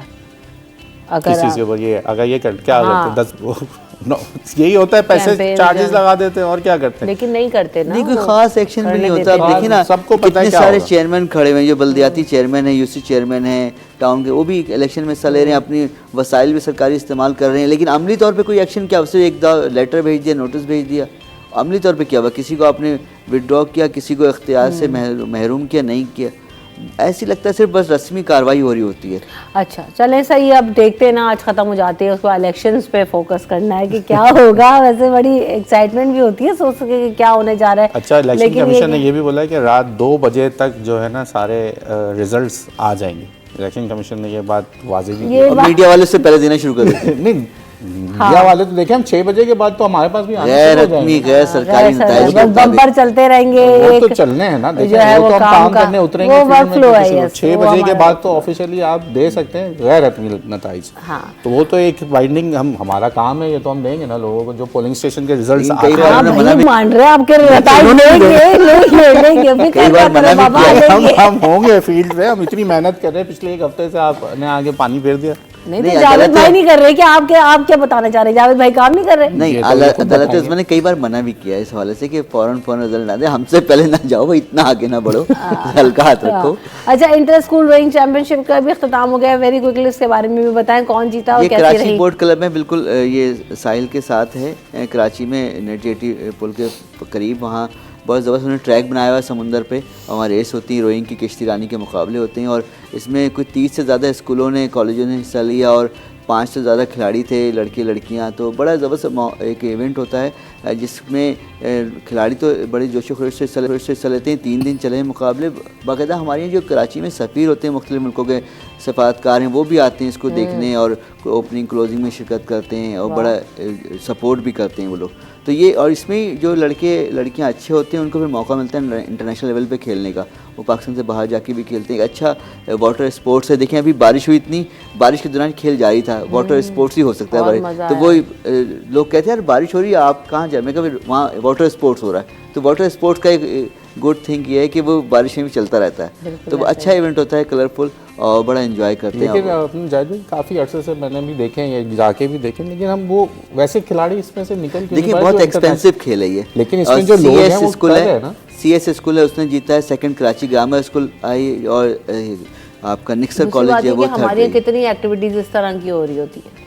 नहीं, मेरा कहने का मकसद है कि हमारे यहाँ लेकिन इसमें इंटरनेशनल खिलाड़ी क्यों नहीं निकल पा रहे। देखिए चीजें हमारी वाली बात है ना, एक्सपोजर ही इतना नहीं है स्पोर्ट्स का। जो लोग ये कर रहे हैं उनका एक्सपोजर बहुत अच्छा है। आप वो उन स्टूडेंट्स से तो मिलें जरा, आप जाते हैं, कोई भी हल्के उसके नहीं, टॉप ऑफ द जो हमारी लाइन के जो कॉलेजेस हैं उसके स्टूडेंट्स हैं जिनकी फीसेस और जो अफोर्डेबल इनका जो है वो जो ऑर्गेनाइजर है वो ये करते हैं कि जैसे आत्मा स्कूल है, मुख्तलिफ एक दो सरकारी, उसको फ्री एंट्री देते हैं, उनसे कोई चार्ज नहीं करते, उनको फैसिलिटीज़ भी सारी देते हैं। इंफ्रास्ट्रक्चर ये बोटें बड़ी महंगी होती हैं इसकी, उसको भी उनको इस्तेमाल करने की इजाज़त है, तो सारे फैसिलिटेट करते हैं उनको। तो ये अच्छा है। चलें बड़े लोग तो इसमें आते हैं, बड़ों के बच्चे आते हैं, लेकिन मिडिल क्लास के लोगों को भी शिरकत का मौका मिलता है इस बहाने। बात वो है कि एक चैंपियनशिप नहीं, ये मुख्तलिफ इवेंट्स होते हैं तो लोगों को पता चलता है ना कि हम इसमें बिल्कुल ये होते हैं बाकायदा। ये 16वां इवेंट था, ये इंटर स्कूल 16वां इवेंट था। चलें, बहुत अच्छी एक्टिविटी यकीन नज़र आ रहा है और अच्छा है शहर में। तो कहते कोई भी स्पोर्ट्स हो, आप नौजवान नस्ल को या अपने जो लोग हैं ना, अपने आप को कहीं ना कहीं इंगेज ज़रूर करें, ताकि वो एक आपको हेल्दी भी रखता है, आपका माइंड भी फ्रेश रखता है और आपको रिकग्निशन भी दिलाता है। तो thank you so much Javed Iqbal साहब, आपकी वक्त का, आप आए और आपने इतना टाइम दिया, आपका शुक्रिया। अयाज़, आपकी आमद का बहुत शुक्रिया। हम यहाँ पर ब्रेक की तरफ बढ़ेंगे, ब्रेक के बाद हाजिर होंगे।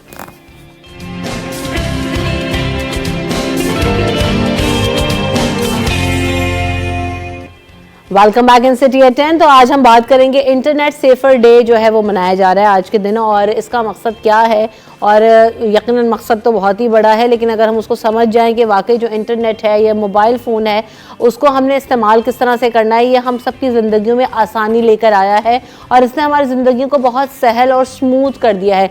चाहे आप इसे एजुकेशन के लिए इस्तेमाल करें, चाहे आप इसे बिज़नेस के लिए इस्तेमाल करें, चाहे आप इसे मार्केटिंग के लिए इस्तेमाल करें, किसी भी चीज़ों के लिए आप इस्तेमाल करें, लेकिन एंटरटेनमेंट के लिए भी कर सकते हैं, इन्फॉर्मेशन के लिए भी कर सकते हैं। लेकिन जो है वो इसमें बैलेंस कैसे क्रिएट करना है, इसके इस्तेमाल को कैसे बेहतर बनाया जा सकता है और इंटरनेट सेफर डे का मकसद क्या है, इस पर हम बात करेंगे। फरहान अली सिद्दीकी साहब हमारे साथ मौजूद हैं, डिजिटल मीडिया एक्सपर्ट हैं। Welcome to the show Farhan साहब, अस्सलाम वालेकुम, कैसे हैं आप? वालेकुम अस्सलाम, ठीक ठाक, आप सुनाइए? अल्हम्दुलिल्लाह बिल्कुल ठीक ठाक। आज ये इंटरनेट सेफर डे मनाया जा रहा है और यकीनन इसकी बहुत ज़्यादा ज़रूरत है, क्योंकि अभी हम देख रहे हैं कि एक तो जो साइबर लॉज हैं उसकी भी बहुत ज़्यादा खिलाफ वर्जी हो रही होती है, बहुत सारी चीज़ें हमारे सामने आ रही होती हैं। तो किस तरह से जो है वो महफूज बनाया जा सकता है, किस तरह से अपने आप को भी महफूज रखा जा सकता है, and how to be sound. जी, मैं आपको इसके बारे में थोड़ा सा बताऊं कि ये जो इंटरनेट सेफर डे आज बनाया जा रहा है, ये दुनिया में हर जगह बनाया जा रहा है, लेकिन ये स्टार्ट कहाँ से हुआ था, थोड़ी सी उसकी इब्तिदा मालूम कर लेते हैं। जो रिसर्च के मुताबिक है वो ये है कि 2004 के अंदर ये ऑस्ट्रेलिया और यूरोप साइड पर ये एक कैंपेन स्टार्ट हुई थी कि सेफ़र टुगेदर के हवाले से और मेक सेफ़र, कि हम किस तरीके से इंटरनेट को अपने लिए सेव कर सकते हैं और उसको किस तरीके से यूज़ कर सकते हैं फॉर द राइट पर्पस पे। और सबसे बड़ी चीज़ उसमें ये थी कि ये प्रोजेक्ट बच्चों के हवाले से था और बच्चों ने वो प्रोजेक्ट बनाया था, वो प्रोजेक्ट इंक्रीज़ हुआ और उसके बाद आज 170+ कंट्रीज़ में ये कैंपेन चलाई जा रही है। और वो चला जाने का मकसद ये होता है कि देखें जो दुनिया में चीज़ें बनाई जाती हैं उसका इस्तेमाल और इस्तेमाल से क्या नुकसानात होते हैं और क्या फ़ायदे होते हैं, ये भी आगाही दी जाती है उन्हीं कंट्रीज़ से कि जिन कंट्रीज़ में ये चीज़ें डेवलप होती हैं। बदकिस्मती से हमारे यहाँ बिल्कुल अपोजिट होता है, जो हमारे यहाँ सेव कर रहा होता है, जो बताता है, उसी को हम सेव कर लेते हैं। यानी हम किसी भी पैरामीटर्स में देखें, चाहे वो पॉलिटिक्स में हो, चाहे वो हमारे एजुकेशन सेक्टर्स में हो या कहीं पर भी हो, तो जो हमें सेफ या आगाही दे रहा होता है किसी भी चीज़ के अंदर, हम उसी को सेव कर लेते हैं बनस्बत इसके कि हम उस पर समझें कि यार तुम हमें सेफ पॉइंट बताओ। तो यहाँ इंटरनेट के पॉइंट पर अगर हम बात करें तो इंटरनेट में उस दौर में उन्होंने ये बात की थी कि हम लोग अपने आप को किस तरह से सेव कर सकते हैं, किस तरह की चीज़ें ऐसी हैं जो हमारे ऊपर रिएक्ट कर सकती हैं, हमारे बच्चों को नुकसान दे सकती हैं, ये इंटरनेट हमें कितना नुकसान दे सकता है, और अगर इसकी निस्बत ये देखा जाए कि पॉजिटिव वे में तो वो किस हद तक जा सकता है पॉजिटिव वे में। तो इंटरनेट का जहाँ सूरत हाल देखी जाती है तो वहाँ ये सेफ डे बनाया गया था और आज दुनिया में इस चीज़ को सराहा जाता है और डे बना दिया गया है। तो ये एक इसकी हिस्ट्री है जो है। और पाकिस्तान के अंदर अगर हम कराची में देखें तो ख़ास तौर के ऊपर हमारे यहाँ साइबर है, वैसे तो पूरे पाकिस्तान में, लेकिन यहाँ पर कराची के अंदर जो साइबर लॉज हैं वो ज़्यादा एक्टिव हैं। और अगर इंटरनेट की पॉइंट ऑफ व्यू से देखें कि किस तरीके से सेव हो सकता है, तो वो लोग उनके डिपार्टमेंट, उनकी वेबसाइट में तमाम पॉलिसीज़ लिखी हुई हैं कि आप किस तरीके से सेव कर सकते हैं, किस तरीके से अपनी फैमिली को सेव कर सकते हैं, किस तरीके से आप अपने बच्चों को या वो जो नेट यूज़ कर रहे हैं, वो सारी पॉलिसीज़ मौजूद हैं। बस ये कि हमें मालूमात नहीं होती और जो हमें बताता है हम उसी को सेफ लाइन कर लेते हैं। ये जो सेफर का टर्म है इस डे में, किस चीज़ को रिप्रेजेंट कर रहा है? ये एक्चुअली सेफ़र जो है ना, आपकी जो जैसे ब्लॉग्स एड्स आते हैं और बहुत सारी ऐसी चीज़ें, आपका डेटा कवर हो जाता है, या ये चीज़ें कि जो चीज़ें इंटरनेट पे जो पॉजिटिव वे होना चाहिए था उसका नेगेटिव वे जब इस्तेमाल हुआ तो उसका इम्पैक्ट बच्चों पर, जहन पर, आपके माशरे पे, इनडायरेक्टली कल्चर के ऊपर इफेक्ट करता है। तो वहाँ उन तमाम चीज़ों को सेव करना था और सेव करने के लिए एक टुगेदर एक मीटिंग हुई थी, वही मीटिंग का एक आगाज़ था जहाँ से ये सेफ़र इंटरनेशनल डे बनाया गया। बिल्कुल ऐसे ही। तो इस दिन को रिलेट करते हुए हम अपने बच्चों में किस तरह से इसको जो अवेयरनेस है वो क्रिएट कर सकते हैं कि एक बच्चा जो है वो किस तरह से, या एक लड़का या टीन्स में हम देखते हैं कि वो किस तरह से इंटरनेट का इस्तेमाल पॉजिटिव वे में करें और किन चीज़ों को अवॉइड करना चाहिए, किन चीज़ों पे माँ बाप का एक कंट्रोल होना ज़रूरी है। देखें, अगर हम अपने ये देखें कि इंटरनेट दुनिया में हमारे तो अब हर जगह ज़रूरत है, एक नेसेसरी, एक ऐसी चीज़ है कि जिसके बिना अब हम रह ही नहीं सकते। अगर मुल्क के अंदर भी इंटरनेट बंद हो जाए तो मईशत और ये सब चीज़ों के ऊपर बिल्कुल डायरेक्टली असर पड़ता है उसके ऊपर। अब जब वो इंटरनेट हमारी दुनिया में, हमारी ज़िंदगी में, हमारे कल्चर में, हमारे रोज़ डेली लाइफ के अंदर इन्वॉल्व है, तो हमें उन चीज़ों को देखना पड़ता है कि ये कहाँ रिएक्ट करके पूरा एक इफ़ेक्ट क्रिएट कर रहा है, कैनवस ऐसा क्रिएट कर रहा है जिसके बाद एक नई चीज़ डेवलप होने जा रही है। तो जो स्कूल्स में हैं वो आज भी बदकिस्मती से, हमारे यहाँ तो ये है कि जो चीज़ लिखी हुई है वही पढ़ाते हैं, उससे आगे नहीं समझाते। अगर समझाएं कि वक्त के दौर में न्यू एप्लीकेशंस क्या हैं या न्यू आपके जो एजेंडाज़ हैं इंटरनेशनली, दुनिया में वेब 3.0 आ रही है, मेटावर्स क्या है, बहुत सारी चीज़ें, अगर ये हमारे एकेडमिक वर्जन से लेकर चलें तो ये मेरा ख्याल है कि हमारी जितनी भी जनरेशन है सब कुछ वो बहुत अच्छी तरीके से जिस वक्त वो पास आउट होती है मैट्रिक से या अपने स्कूल से निकलती है तो उनको ये पता होगा कि यार ये हमारे लिए सेफ़ लाइन है और ये हमारे लिए सेफ़ लाइन से आउटलाइन है जो कि हमारे लिए नुकसानदेह हो सकती है। और हमारे माशरे में, हमारे घर में, हमारे वालिदैन को ये चीज़ अगर दिख गई तो शायद एक बेइज्जती का सामना करना पड़ेगा। तो ये आगाही अगर तरबियत माँ बाप देते हैं तो तालीम को स्कूलों में, कॉलेज, यूनिवर्सिटी में देना चाहिए और बताना चाहिए और वहाँ ऐसे प्रोफेशनल्स बिठाने चाहिए कि जो इन चीज़ों के बारे में टोटल बताएं, ये ना कि छुपाएं। हर चीज़ ये नहीं होती कि इंटरनेशनल, अभी आप देखें कि इंटरनेशनल ये बात चलती है कि इंटरनेशनल अर्निंग कर लें, बस अर्निंग। आप गूगल पे जाएंगे, रैंकिंग में आ रहा होगा कि daily earning, but daily earning किस तरीके से हो रही है, उसमें क्या पॉजिटिव है, क्या नेगेटिव है, क्या हमारे लिए, हमारे माशरे में क्या हलाल है, क्या हराम है, ये आगाही वही लोग दे सकते हैं जो इसके बारे में जानते हैं। मगर जो जानते हैं उनको मौका नहीं दिया जाता, ना यूनिवर्सिटी में, ना स्कूलों में, कि अगर वर्कशॉप कराई जाए या फलां कराई जाए तो इन लोगों की ये आगाही में ये चीज़ जहन में आ जाएगा कि आज चीज़ हमारे लिए नुकसान दे सकती है। हमारी फील्ड क्या है, हमारी इंडस्ट्री क्या है। देखें, पहले वक्त में क्या होता था, बच्चे से स्कूल के दौर में खड़े होकर पूछते थे कि बेटा आप बताइए बड़े होकर क्या बनेंगे, तो वो कहता था डॉक्टर, इंजीनियर, जबकि वो था नहीं, उसका कोई एक्सपीरियंस नहीं होता था, वो अपने इर्द गिर्द में सिर्फ सुनता था।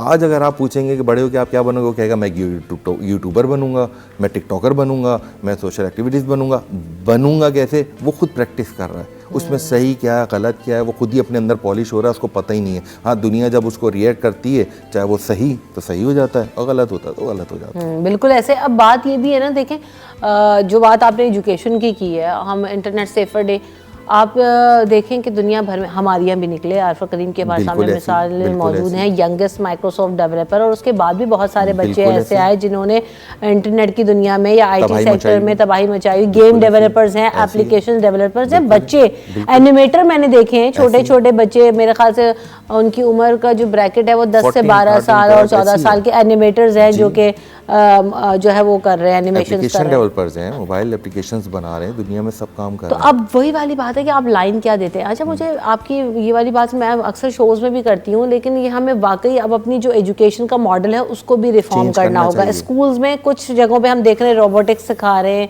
जी, ये डेवलपमेंट, ऐप डेवलपमेंट वगैरह सिखा रहे हैं। ये तो मुझे ऐसा लगता है कि अब स्कूल्स में जो बेसिक डेस्कटॉप, वो क्या होता है, डेस्कटॉप कंप्यूटर्स वगैरह, डॉस सिखाते हैं, हाँ, वो आज भी कुछ है ना, कुछ जगह पे ऐसी डॉस ही सिखा रहे हैं, वर्ड पे ही लिखना सिखा रहे हैं जी, पेंट करा रहे हैं। भाई आप निकले, अब इन चीज़ों से निकले और कंप्यूटर लैब्स में कुछ अच्छा सिखाएं। ऐसी वो आज भी ए से घर बनाते हैं बजाय ए से आर्ट है, और आर्ट पूरी दुनिया में आर्टिफिशियल AI पर आ गया, AI। यानी आज भी अगर आप स्कूलों में देखें, कुछ स्कूलों का हाल ये है कि वो ए से घर बनाना बताते हैं, 2 से बत्तख बना देंगे, तो वो इस चीज़ से बाहर ही नहीं निकल रहे, जो कि हमारी एजुकेशन में बहुत ज़्यादा अच्छा जो इसका सिस्टम है ना वो पूरा बिगड़ा हुआ है। स्कूल्स वाले क्या करें, उन्होंने भी अपना एक सिलेबस चलाना है, और वो सिलेबस कहाँ से आ रहा है चलता हुआ, वो हमारा सिस्टम पीछे से ही आउट है, और वो जब तक अपडेट नहीं होगा ये मॉडिफाइड नहीं हो सकता। और कोई भी चीज़ जो होती है वो मॉडिफाइड होने के बाद अपना इमेज देती है, मॉडिफाइड होने में बहुत टाइम लगेगा। अभी तो हम अपने पाकिस्तान को ही देख रहे हैं कि कब मॉडिफाइड होगा और क्या होगा, जबकि अभी 2 दिन के बाद सेफ डे फॉर पाकिस्तान के लिए होगा। ठीक है, उम्मीद तो यही है। तो अल्लाह करे ये ऐसा ही दिन कि हम भी दुनिया में बनाएं कि भाई हमारा मुल्क भी बच गया और अच्छे हाथों में चला गया, और एक अच्छा मुस्तकबिल दिखेगा जो कि AI के हवाले से होगी, और दुनिया में और बहुत सारी टेक्नोलॉजी है जो हमारे यहाँ से भी हो सकती है, और हमारे यहाँ के ही लोग हैं जो आप दुनिया में सर्च करें तो वो कोई ना कोई आपको पाकिस्तानी मिलेगा, या तो वो कोई पंजाब से ताल्लुक़ रखता होगा, सिंध से ताल्लुक़ रखता होगा, कराची से रखता होगा, और बेहतरीन होगा, उस जगह पे भी टॉप होगा। अभी हाल में ये एक जो है खातून ने अवार्ड हासिल किया है, वो भी पाकिस्तानी, और कितने कंट्रीज़ को उन्होंने बीट किया। तो मुकाबले में तो कोई पीछे नहीं है, बस मौका नहीं है।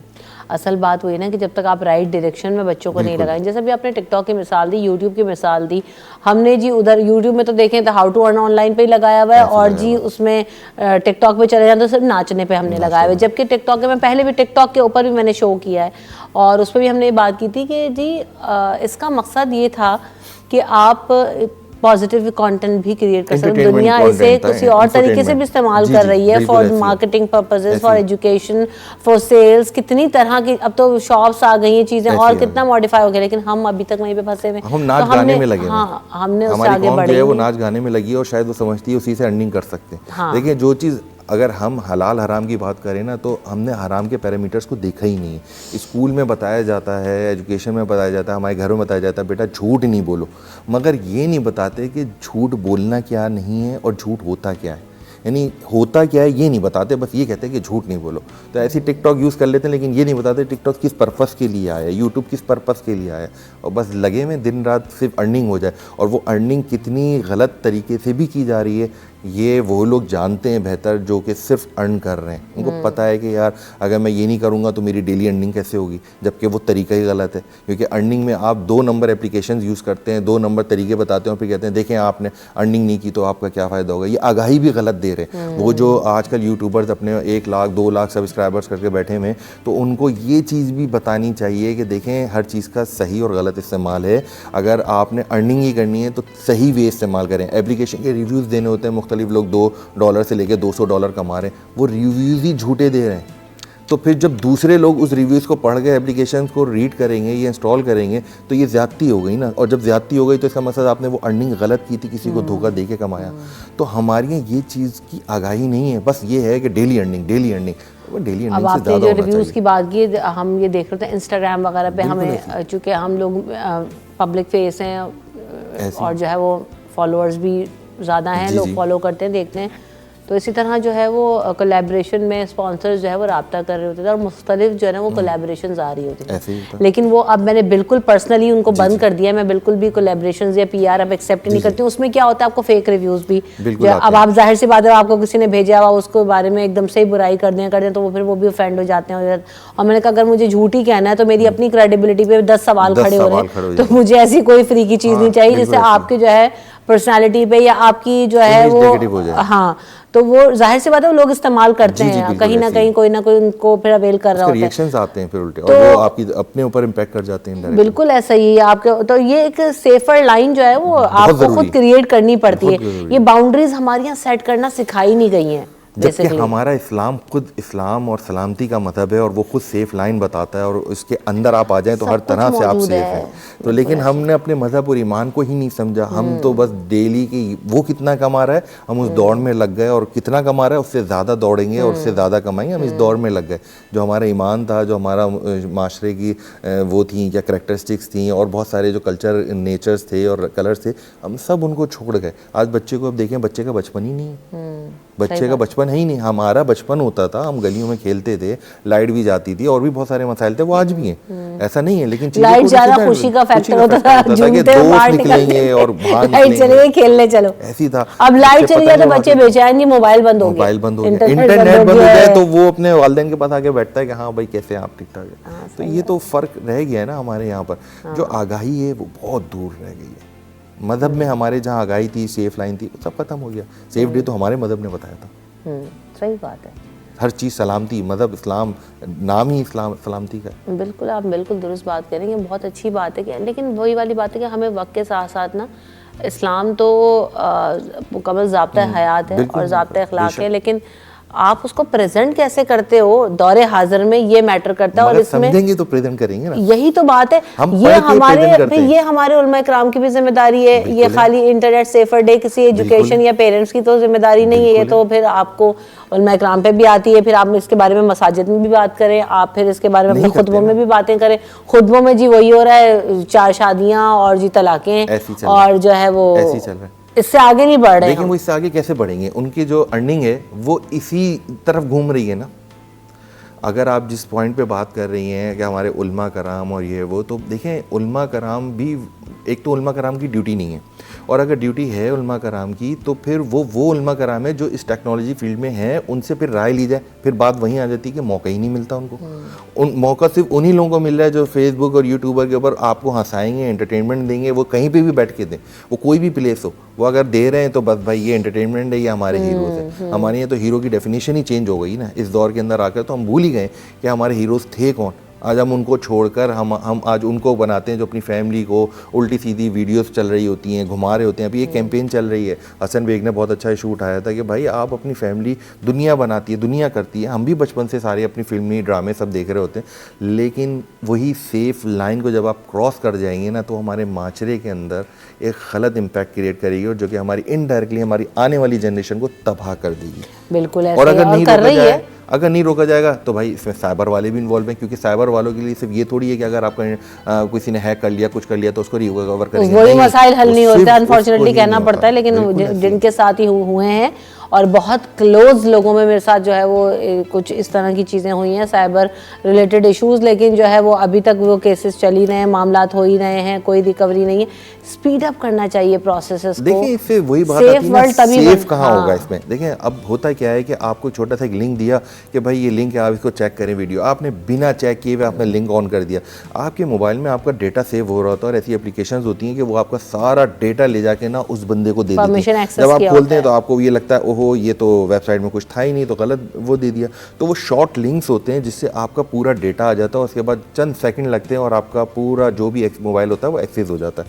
हमारी आगाही का कोई प्लेटफॉर्म ही नहीं है कि बता दें भाई ये लिंक ज़्यादा प्रॉब्लम कर रहा है, ये कॉल्स आ रही हैं जो कि आपका डेटा पूछती हैं, जैसे UBL का था, HBL का था, कई ऐसी कॉल्स आई। बैंकिंग वाले तो मुस्तकिल मैसेजेस फॉरवर्ड करते हैं कि आपको कोई भी इस तरह के नंबर से हर वो जगह कहीं रिस्पॉन्ड ना कहीं करे। स्पेस है जो कमी है, और वो कमी पूरे माशरे में है। और वो सिर्फ ये नहीं हो सकता कि ये हो जाएगा कंप्लीट तो ये हो जाएगा, ऐसा नहीं होगा। सबको मिल के ये जो कैंपेन आज के दिन स्टार्ट हुई थी, ये टुगेदर था इसके अंदर। ऐसा नहीं था कि वन मैन शो हर बंदा कर रहा था, टुगेदर था पॉइंट। हाँ। उस पॉइंट के ऊपर ये कैंपेन स्टार्ट हुई और दुनिया के अंदर है। वो लोग सेफ हैं, हम क्या कर रहे हैं? हम तो उनके वायरस को तोड़ते हैं। हमारी यहाँ तो इस पाकिस्तान के अंदर भेजी जाती हैं चीज़ें और कहा जाता है इसको क्रैक कर दो, तो हम तो तोड़ते हैं, हम तो सेफ लाइन को ब्रेक करते हैं। हमने तो इमेज ही अपना गलत बनाया। आज इंडिया जो है वो गाय की जो यूरिन है उसको पी के चांद पे नहीं गया, वो अपनी अंदर तरक्की करके पहुंचा है वहाँ पर और आगाही में पहुंचा है। उनके यहाँ गाँव से लेके सब जगह आगाही हुई है। हमारे यहाँ क्या हुआ है? हमारी यहाँ तो सिर्फ बर्बादी की तरफ जा रहे हैं ना, गलत इम्पैक्ट है, क्योंकि हम एक दूसरे को आगाह नहीं करते। हम एक दूसरे को ये कहते हैं मैं तुम्हें बताऊंगा ताकि मुझे अर्निंग हो, और वो अर्निंग गलत पॉइंट में चली जाती है, तो हमारी सेफ लाइन सारी डैमेज है। हम ये सोच ही नहीं रहे कि हम जो कुछ कर रहे हैं और जो कुछ दिखा रहे हैं उसका दुनिया पे इम्पैक्ट क्या आ रहा आएगा, है? और लोग उसको बस फॉलो किए चले जा रहे हैं। और वाकई बहुत दुख होता है, और बहुत ज़्यादा बहुत पर्सनल बातें भी मैं यहाँ पे बैठ के कर जाती हूँ, क्योंकि ऑडियंस से एक ऐसा रिश्ता है, और मैं समझती हूँ कि जो चीज़ लोगों पर सही इम्पैक्ट डाले वो ज़रूर बताना चाहिए। यूट्यूब को छोड़ा ही मैंने इसलिए था क्योंकि आपके पास जो लोग चीज़ें देख रहे हैं वो इतना कुछ पर्सनल और इतना खुराफात और इतना कचरा देख रहे हैं, माजरत के साथ कहना पड़ता है कि आप कुछ अच्छा भी करेंगे तो बहुत कलील से लोगों को, तो यानी आपके कोई वो वर्थ नहीं है वहाँ। सही बात। तो ये चीज़ें जो है ना वो आपको सोचने पर मजबूर करती हैं कि आप हमारी कौम किस तरफ जा रही है, हम खुद किस तरफ जा रहे हैं। Make a fine line for your kids. सिर्फ ये नहीं है कि आपने आधा घंटा मोबाइल देना है या 1 घंटा या स्क्रीन टाइम, वो क्या देखते हैं, वो क्या करते हैं, उनको क्या डायरेक्शन देनी है। इस इंटरनेट और इस मोबाइल के थ्रू ही आप उनको बहुत कुछ अच्छा और बहुत पॉजिटिव सिखा सकते हैं, और वो बहुत कुछ अपने अंदर डेवलप कर सकते हैं। बट आप उनको किस तरह से मोल्ड करते हैं, ये जो है वो सबसे बड़ा चैलेंज है, और यही मेरे ख्याल से जो अब तक मैं समझ पाई हूँ वर्ल्ड इंटरनेट सेफर डे का मकसद भी है। Thank you so much Farhan Ali Siddiqui साहब, आप आए और बहुत अच्छी आपसे गुफ्तगू रही। यहाँ पर ब्रेक की तरफ बढ़ेंगे, ब्रेक के बाद हाजिर होंगे।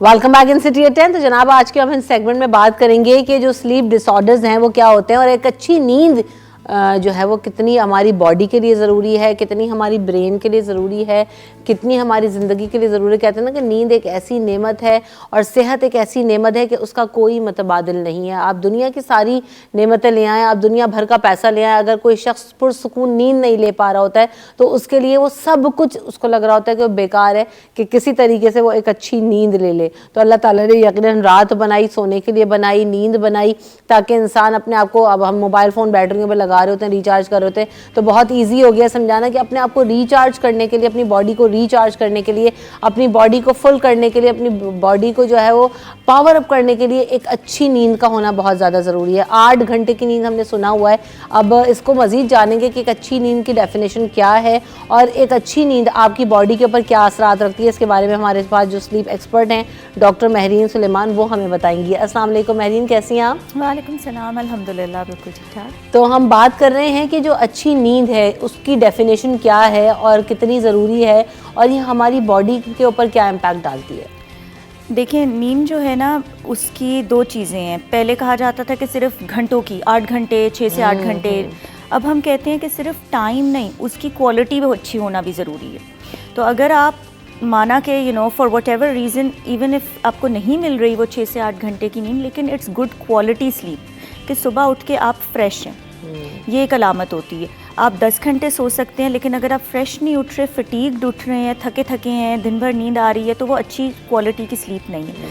4-5 घंटे में भी अगर अच्छी नींद है और आप you are fresh in the morning, आप अपने सारे काम सही से कर पा रहे हैं, ऐसे नहीं ऊँग नहीं रहे बीच बीच में, यौन नहीं कर रहे बहुत ज़्यादा, that's good too. So quality and quantity both are important. बिल्कुल ऐसा ही है। एक अच्छी नींद जो अगर कोई बंदा नहीं लेता है, कोई शख्स, तो उसकी बॉडी के अंदर क्या क्या असरात हो सकते हैं, वो किस हद तक नुकसानदेह हो सकता है? एक्सट्रीमली हार्मफुल हो सकते हैं। नींद आपकी कोटिंग यू कि जिस तरह सेलफोन चार्ज करना होता है, उसी तरह हमारी बैटरी भी। और फिर हम जब अपनी बैटरी की बात करते हैं तो देखें, ह्यूमन बॉडी के अंदर हम दिन भर बहुत सारे टॉक्सिन्स भी ले रहे होते हैं, आया वो हवा से हों, न्यूट्रिशन, कोई भी चीज़ से, वो सारे टॉक्सिन्स जो हम अंदर ले रहे होते हैं, बिलीव इट और नॉट, स्लीप वो ऐसी चीज़ है जो टॉक्सिन्स रिलीज़ करता है। जब हम सोते हैं, हमारे ब्रेन में जितने केमिकल्स जो कि टॉक्सिक होते हैं वो इकट्ठे हुए होते हैं, तो ब्रेन में ऐसे रिएक्शन होते हैं कि नींद में वो पोर्स खुलते हैं और उससे वो टॉक्सिन्स रिलीज़ होते हैं।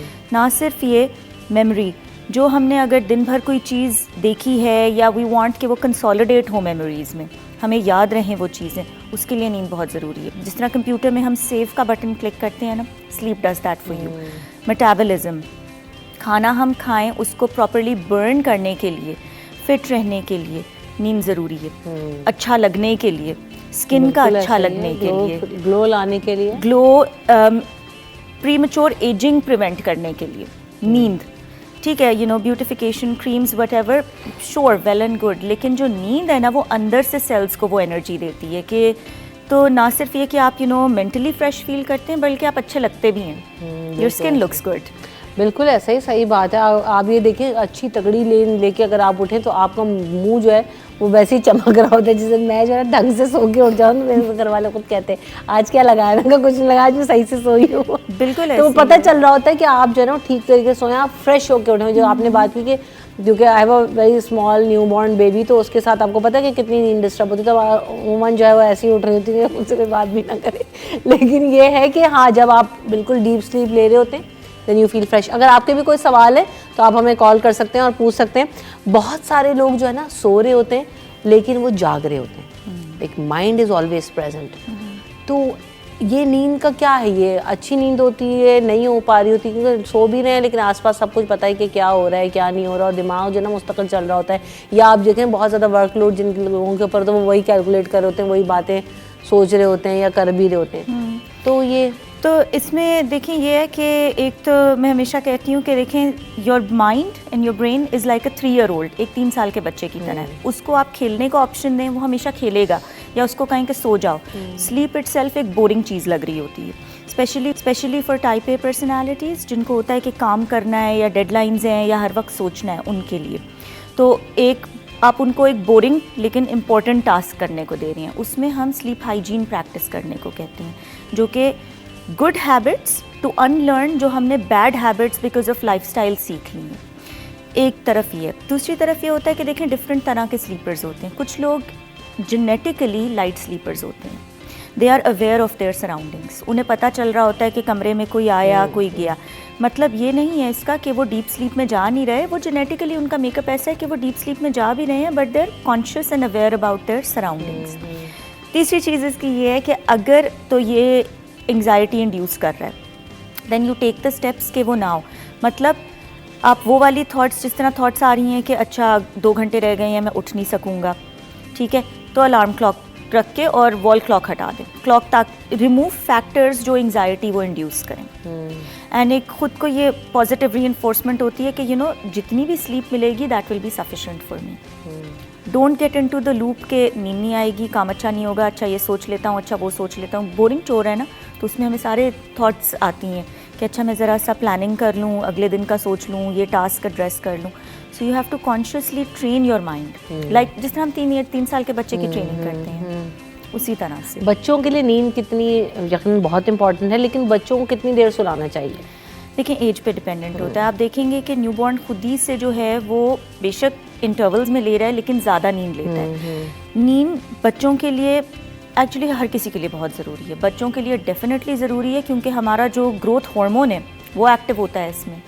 जो हाइट बढ़ती है, उनकी जहनी ग्रोथ जो होती है वो क्योंकि चलती रहती है well along in their teen ages, even early 20s तक आपका ब्रेन डेवलप हो रहा होता है, उसके लिए नींद बहुत ज़रूरी है। जिसको हम कह लें प्राइम में जाके यूथ आहिस्ता आहिस्ता नींद कम होती जाती है, टीनेजर्स की उस तरह से नहीं रहती जिस तरह एक न्यूबॉर्न की रहती है। उसके बाद फिर जो वर्किंग प्रोफेशनल्स होते हैं, क्योंकि पता है कि काम करना है, उनकी उतनी नींद नहीं होती जितनी एक स्कूल गोइंग चाइल्ड की ज़रूरत है। और एज के एंड पे भी चेंजेस आते हैं स्पेक्ट्रम में, so it's different for all age groups. जो इंसोम्निया, बहुत सारे लोग सो नहीं पाते, उसके पीछे लेटे हुए भी हैं, लेटे हुए दीवारों को देख रहे हैं, मोबाइल चला रहे हैं, किसी ना किस तरह की नींद आ जाए और सोना चाह भी रहे हैं, तो वो किस तरह से हेल्प ले सकते हैं? उसमें देखें बहुत सारी चीज़ें जो आपने खुद ही पॉइंट आउट कर दी। इंसोम्निया होता है 2 तरह से, या तो सोने के लिए लेटें नींद ना आए, या सोएं तो बार बार आँख खुले। 2 से 1-2 दफ़ा या 2 से इवन 3 दफ़ा उठना नॉर्मल है। हम साइकिल्स में सोते हैं, हम एक साथ नहीं सोते, तो आँख खुले, दैट्स नॉर्मल ह्यूमन नेचर। लेकिन अगर लेट के नींद आ ही नहीं रही या 5-6 दफ़ा आँख खुल गई, समझ नहीं आ रही, उसके लिए कुछ चीज़ें हैं। एक तो ये कि सेलफोन प्रैक्टिस, फ़ोन जो है वो नींद से 2 घंटे पहले ना देखें, कोशिश करें। 2 मिनट तक मोबाइल पकड़े होते हैं, गिर जाता है हाथ से तो सोते हैं, और फिर होता है कि नींद नहीं आ रही, कोशिश करें, या फिर लेटे लेटे नहीं, कुर्सी पे बैठ के देख लें।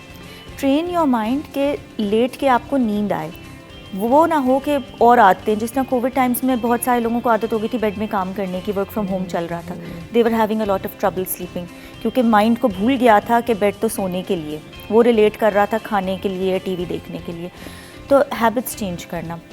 You want to watch TV, chair रख के टीवी देखें। कमरे में अगर देखना है टीवी रिलैक्स करने के लिए, ताकि आपका माइंड एसोसिएट करे कि that chair is for watching TV. When you come on bed, नींद आए, बेड में खाना ना खाएं, बैठ के sit on a chair and table and eat. ये कोशिश करें कि कैफ़ीन इनटेक जो है ना, हर कोई डिफरेंट तरह से सेंसिटिव होता है कैफ़ीन से। तो कुछ लोग कहते हैं हम तो सोने से पहले भी पी लें, हमें नींद आ जाती है। वो क्या होता है, वो बाद में later on at night act करता है और बीच में एकदम से आँख खुलती है, एंड देन यू से अभी क्यों मेरी आँख खुल गई है, नींद क्यों नहीं आ रही। Maybe that caffeine is acting late. So control your caffeine intake. Exercise ज़रूर करें, लेकिन इमीडिएटली आप बिफोर बेड ना करें, क्योंकि वो हार्ट को एक्साइट कर देता है और नींद भाग जाती है। सो व्हेन यू एक्सरसाइज, उससे 3 घंटे तक तो अगले नींद आनी नहीं है, क्योंकि हार्ट एक्साइटमेंट में होता है, एंडोर्फिन्स रिलीज़ हो रहे होते हैं, ऐसे हार्मोन्स रिलीज़ हो रहे होते हैं, हार्ट रेट ऊपर चला जाता है। So do these things, but timing is की। बिल्कुल ऐसा ही है। यकीनन अच्छी नींद की बातें सुनते सुनते मुझे ऐसा लग रहा है कि मुझे ही नींद आ जाएगी, इतना सुकून मिल रहा है। नींद नींद नींद। मैं ब्रेक लेती हूँ।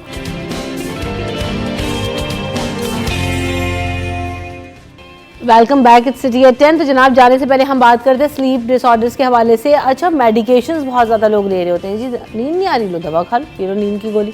हर किसी के घर में, हर किसी के जो है ना वो मेडिसिन बॉक्स में जी इतनी नींद की गोलियाँ मिल रही होती हैं कि जी नींद की गोली ना हो गई क्या होगा। अगर ज़्यादा आप लेते हैं तो किस हद तक नुकसान हो सकता है, और क्या ले सकते हैं मामूल के मुताबिक? जी नींद नहीं आ रही, 2-4 दिन से सही नहीं सोया, नींद की दवा खा के सो जाओ। देखें, टू स्टार्ट ऑफ विद, ये प्रैक्टिस बिल्कुल हम डॉक्टर्स प्रमोट नहीं करते। जो ये कॉन्सेप्ट है ना कि नींद की गोली खा ली, ये गलत है। आप उसकी केमिस्ट्री अगर अंडरस्टैंड करें तो वो स्लीपिंग पिल नहीं है जो हमारी ओवर द काउंटर्स मिलती हैं, वो एनेस्थेटिक्स हैं। तो वो आपको नम कर देते हैं, लेकिन अगर मैं आपकी स्लीप उस टाइम पे स्टडी करूं तो आप डीप स्लीप में नहीं जाते। इसीलिए नींद की दवाई खा के लोग अगले दिन मोस्टली ग्रॉगी उठते हैं, उन्हें टाइम लगता है। ओवर टाइम मेमोरी इश्यूज होना शुरू हो जाते हैं, बिकॉज वो नींद लाने वाली वो दवाई नहीं है, इट्स अ नमिंग एजेंट। तो आपका वो नेचुरल साइकिल में तो आपको जाने ही नहीं देती। और तो अगर लेनी भी है, या अगर आपको मतलब चाह रहे हैं कि इसका कोई इलाज हो, ऑलवेज कंसल्ट अ डॉक्टर। वो डोजेज देखेगा, वो देखेगा कि आपकी बाकी दवाओं के साथ उसकी इंटरेक्शन तो नहीं है। अब फॉर एग्जांपल, जिस तरह यहाँ पे एक मेलेटोनिन ओवर द काउंटर बहुत मिलती है, सही ठीक है। अब मेलेटोनिन आपका ब्रेन नेचुरली बनाता है, it's a chemical just like vitamin D, कोई दवा ही नहीं है। उसमें भी get prescription written from a doctor. एक डॉक्टर से पूछ के लें, इवन दो वो एक कैल्शियम की तरह, इट्स द सेम जिस तरह कैल्शियम होता है, विटामिन डी होता है, लेकिन पहले डॉक्टर से पूछें, वो आपको बताएगा, एक स्लीप एक्सपर्ट आपको बताएगा कि कौन सी डोज कितने बजे ली जाए तो उसका क्या असर होता है। Different dosages at different times have different effects. ऐसे नहीं होता कि कोई भी दवा की आपने डोजेज बढ़ा दी तो बहुत अच्छा असर होगा, may be it is harmful for you. सही। एक कॉलर भी है हमारे साथ, उनको शामिल करते हैं। अस्सलाम वालेकुम। वालेकुम सलाम, दुनिया कैसी हैं आप? ठीक, अल्हम्दुलिल्लाह। याहया, आप बताइए, आप कैसे हैं? भाई आपने तो हमारी नींदें उड़ा दी। हम नींदें दिलाने आए, आपके उड़ा दी। देखिए बात ये इलेक्शन हो रहा है, मैं डॉक्टर साहब से इतनी, असल में जो डॉक्टर साहब ने अभी बात की ना, वो बहुत बेहतरीन बात की है। इसके तो पूरा एक रैम बनता है, बल्कि करिएगा। ओवर द काउंटर जो चीजें बिक रही होती है ना without prescription, that is a very bad practice. और जाहिर बात है, जब आप इस तरह की दवाइयाँ ओवर द काउंटर बेचते हैं, लोग नशे के भी आदी हो जाते हैं। लोग जो नींद की दवाई की जगह बड़ा इससे तवज्जो देने की जरूरत है। इससे ड्रग कंट्रोलर भी चाहिए कुछ कंट्रोल है। अच्छा डॉक्टर से मेरा सवाल ये है, डॉक्टर बात ये है कि हमारे यहाँ जो आपने दिन की दवाइयाँ की बात की, बात लोग अपने यानी अपनी टेंशन से निजात हासिल करने के लिए इनकी दवाइयाँ ले लेते हैं। एक तरीके इसका नर्वस सिस्टम पे आप क्या फर्क पड़ता है कि अगर आप रेगुलर डोज ले रहे हैं, आप अपनी तौर पर तो नींद ले लेते हैं, लेकिन उसके बाद जब आप जाग रहे होते हैं तो आपका नर्वस सिस्टम डैमेज होता है, इसमें फर्क पड़ता है नहीं पड़ता? दूसरी एक बात जो आपके मौजूद के मुताबिक मैं पूछना चाहता हूँ कि जैसे हम नींद में है और हमें लग रहा है हमारा सांस जकड़ा हुआ है, तो इसकी जो जैसे हमारी जो हम डाइट रात को ओवर डाइटिंग करके शादियों से आके खाने खा के सो जाते हैं, या हमें गैस्ट्रिक प्रॉब्लम हो जाती है, तो उस वक्त भी कोई सर्टेन कंडीशन में ये चीज हो सकती है।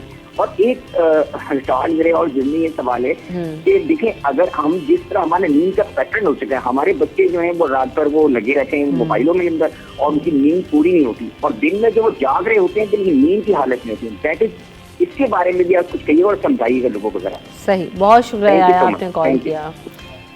Thank you for that. agreed to all his points. I'll start पहले से शुरू करती हूँ कि देखें जो इन्होंने बताया कि जिस तरह फ़ोन पे लगे हुए हैं रात भर और दिन में भी नींद आ रही है, वो पूरी नहीं हो रही, तो एक नेचुरल चीज़ है जो हो नहीं रही, उसके डेफिनेटली इफ़ेक्ट्स आएंगे। नींद ज़रूरी है। अब इसको कि रूटीन नहीं बन पा रही, हो नहीं रहा, वट एवर यू डू वो उसकी इम्पोर्टेंस ले नहीं सकता। इट इज़ वेरी इंपॉर्टेंट, तो करनी है। हम जिस तरह अभी डिस्कस कर रहे थे कि डिसिप्लिन वो इसमें ज़रूरी है। हमें भूख लगती है तो हम खाना खाते हैं, हम ये नहीं कि नहीं खाया चलते गए, स्टारवेशन इज़ रॉन्ग, वो आपकी बॉडी पे उसके असर आएंगे। सो हिसाब नींद बहुत ज़रूरी है और इसके बहुत सारे इफ़ेक्ट्स अब हम देख रहे हैं स्टूडेंट्स में, बहुत सारी कॉग्निटिव फंक्शंस में उनके देख रहे हैं, डेवलपमेंट में उनके ये इश्यूज़ आते हुए देख रहे हैं क्योंकि प्रॉपर नींद नहीं हो रही, ग्रोथ में उनकी बहुत देख रहे हैं। Memory is so important. एक स्टूडेंट है, उसने पढ़ाई करनी ही करनी है, उसने वो चीज़ याद करनी है, एग्ज़ाम देना है, नींद नहीं होगी उसकी मेमोरी पे असर आएगा, वो उतना अच्छा परफॉर्म नहीं कर सकेगा। सो ये अब the onus is on us कि अगर ठीक है आइडेंटिफाई कर लिया कि रूटीन ऐसी ख़राब है तो उसको ठीक भी हमें खुद ही करना है।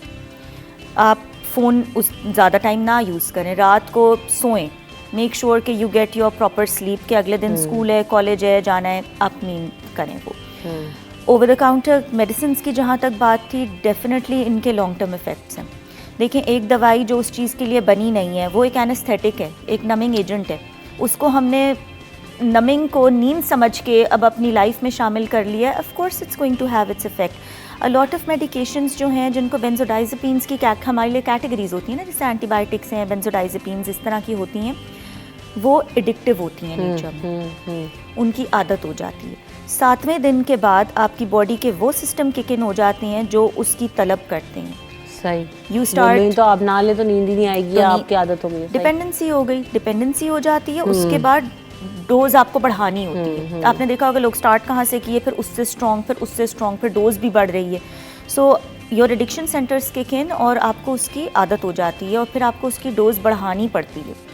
और उसके साथ साथ मेमोरी पे इश्यूज़ आ रहे हैं, आपका डे टाइम में आप उतने फुली फंक्शनल नहीं है क्योंकि डीप स्लीप नहीं मिली होती आपको।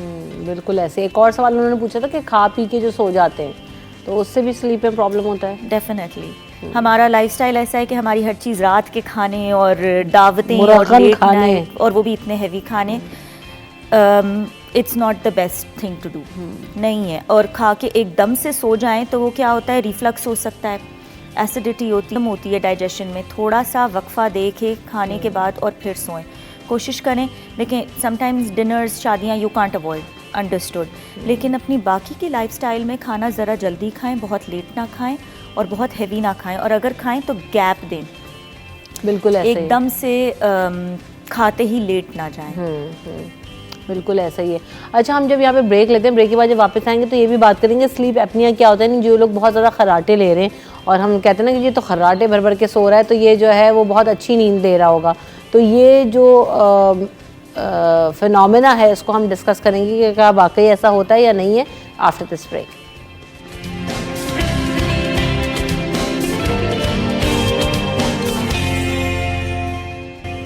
Welcome back in city 10। जाने से पहले जिस तरह हमने कहा कि हम बात ये भी करेंगे कि जो खर्राटे लोग ले रहे होते हैं बहुत ज़्यादा, वो क्या वाकई डीप स्लीप ले रहे होते हैं या ये कोई डिसऑर्डर है? I am glad you asked that question, क्योंकि हमारी जिस तरह सोसाइटी में खराटों को नॉर्मलाइज किया जाता है, तो कहते हैं थक के सोया है, कोई बात नहीं है, तो हम हमेशा से लेता है खराटे। खराटे एक आपकी बॉडी बता रही है, बहुत ज़्यादा बता रही है कि you know something is not okay, कोई स्लीप डिसऑर्डर। मोस्ट प्रॉबेबली खराटे जो हैं वो एसोसिएटेड होते हैं स्लीप एपनिया से। स्लीप एपनिया को in other terms silent killer करार दिया है। अच्छा जी, कि तो खराटे अगर आप कोई देखें घर में ले रहा है और बहुत ऊंचे ले रहा है, उसकी ज़रूर स्लीप टेस्ट करवाएं, उसको चेक करवाएं। इसमें होता ये है कि हमारी विंड पाइप में क्योंकि कोई बोन नहीं होती, और यूजुअली ओवरवेट लोगों के साथ होता है, अगर टॉन्सिल्स हों, नाक जिनकी ज़रा टेढ़ी हो, डिविएटेड सेप्टम जिसे हम कहते हैं, तो रात को जब हम सोते हैं डीप स्लीप में ऐसी एक टाइम आता है जिसमें हमारी मसल टोन, जैसे ये हाथ यूँ है, यूँ नहीं, ढीला हो जाता है बॉडी जो है, वो इसीलिए होता है क्योंकि डीप स्लीप में हम ख्वाब देखते हैं। अगर मसल टोन तब भी होगी तो हम अपने ख्वाबों की एक्टिंग शुरू कर देंगे। तो ये कुदरत का एक निज़ाम है कि डीप स्लीप में आपकी मसल टोन नहीं होती। अब मसल टोन चली गई, हम यूं लेट के सो रहे हैं, ग्रेविटी नीचे की तरफ पुल कर रही है, तो विंड पाइप शट हो जाता है। जब वो थोड़ा सा विंड पाइप जिससे हम सांस ले रहे हैं वो बंद होता है तो खराटे आना शुरू होते हैं, और कम्प्लीटली बंद होता है तो लोग इस तरह हड़बड़ा के उठते हैं, गला खुश्क होने की कंप्लेन करते हैं। ये अगर ना इसको ट्रीट किया जाए, this leads to obesity is one of the reasons जिसकी वजह से ये होता है मोटापा, और इसकी वजह से भी मोटापा होता है, दोनों चीज़ें। अच्छा, हाई ब्लड प्रेशर इसकी वजह से, हार्ट डिजीज़, स्ट्रोक, ये एक डायरेक्ट लिंक है कैंसर का, ये डायरेक्ट लिंक है डिमेंशिया, अल्जाइमर्स का, और हार्मोन्स की बहुत सारी बीमारियों का। तो इतनी सीरियस ये डिज़ीज़ है जस्ट बिकॉज के खराटे आपने इग्नोर किए किसी के बहुत टाइम तक। उसका वेट, अगर आप देखें किसी का वेट लॉस वो करना चाह भी रहा है लेकिन नहीं हो रहा, get their sleep checked. Treatable उस तरह से है मशीन के साथ या कंडीशन देख के ट्रीट हो सकता है। अच्छा, बहुत ज़्यादा सोना भी क्या नुकसानदेह हो सकता है? क्योंकि बहुत कुछ लोग ऐसे होते हैं जी सारा सारा दिन सो रहे हैं, सारी सारी रात सो रहे हैं, बहुत नींद आती है उन्हें। यस, देखें ज़्यादती हर चीज़ की जो है वो ख़राब है या वो इट शुड बी चेक्ड। कभी कभी ऐसी चीज़ें भी होती हैं जिस तरह नींद ना आना एक बीमारी है, ज़्यादा नींद आना जिसको हम हाइपरसोमनिया कहते हैं वो भी एक बीमारी है। तो अगर वो कोई भी ऐसी चीज़ जो डेली लाइफ की फंक्शनैलिटी में रुकावट ला रही है, जॉब पे नहीं जा सक रहा, कोई काम नहीं कर सक रहा, घर के काम नहीं कर सक रहा, अपने आप को ठीक नहीं रख सकता, get it check, it needs to be check, चाहे वो नींद का ना आना है या नींद का ज़्यादा आना है, दोनों। और अब तो इतनी एडवांसमेंट्स हो गई हैं कि नींद की हम टेस्ट भी कर सकते हैं, हम देख भी सकते हैं। किस तरह होता है नींद का टेस्ट? स्लीप का टेस्ट होता है, इट्स वेरी सिमिलर टू जिस तरह हार्ट का टेस्ट होता है, ईसीजी। लीड्स के थ्रू वो आपकी हार्ट की एक्टिविटी गेज कर लेते हैं। लेमन टर्मिनोलॉजी में सिमिलर टेस्ट होता है उसमें, लेकिन हम गेज कर लेते हैं सांस कितना ले रहा है, ऑक्सीजन कितना जा रहा है, किस पोजीशन में इंसान सोया, कितना सोया, डीप स्लीप कितनी आई, खराटे कितने लिए, each and everything, brain waves तक हम स्टडी कर सकते हैं। नॉन इन्वेसिव टेस्ट होता है, कोई मतलब अंदर टीका या कुछ ऐसे नहीं लगता, जिस तरह ईसीजी होता है या होल्टर होता है, दिल के जिस तरह एको टेस्ट होता है, सिमिलर होता है। जिन लोगों को प्रॉब्लम्स है उनको ज़रूर चेक कराना चाहिए ताकि वो किसी भी तरह की कॉम्प्लिकेटेड जो सिचुएशन है उनसे बच सकें। Thank you so much doctor marine, आप आई और जो है ना वो आपसे काफ़ी ज़्यादा हमने कुछ सीखा भी, और यकीनन एक अच्छी नींद जो है वो पूरे आपके लाइफस्टाइल को जो है ना वो, और आपकी जो लाइफ साइकिल है उसको बेहतर रख सकती है। लेकिन वही वाली बात है कि आप एक अच्छी नींद के लिए आपकी लाइफ को डिसिप्लिन होना बहुत ज़्यादा ज़रूरी है, और हमने सिर्फ डिसिप्लिन शायद बच्चों से मशरूत कर दिया अपनी ज़िंदगियों के अंदर कि उनको डिसिप्लिन में रखना है। पूरा एक घर का एक रूटीन होता है, पूरे एक घर का एक डिसिप्लिन होता है, जब सब उसमें चल रहे होते हैं तो वो जो है वो आपकी लाइफस्टाइल को, आपकी लाइफ साइकिल को, आपकी ज़िंदगी को बेहतर बना रहा होता है। तो एक अच्छी नींद लिया करें और कोशिश ये किया करें, जैसे भी डॉक्टर साहबा ने भी बताया कि मोबाइल फ़ोन जो है वो थोड़ा सा दूर रखें सोने के वक्त, ताकि आप जो है वो एक अच्छी और गहरी नींद ले सकें, और चाहे थोड़ी भी लें, लेकिन अगर आप डीप स्लीप में जाएंगे और जब आप फ्रेश उठेंगे तो आप दुनिया के जो काम है या दिन भर के जो आपके काम है वो अच्छे तरीके से आप अंजाम दे सकते हैं।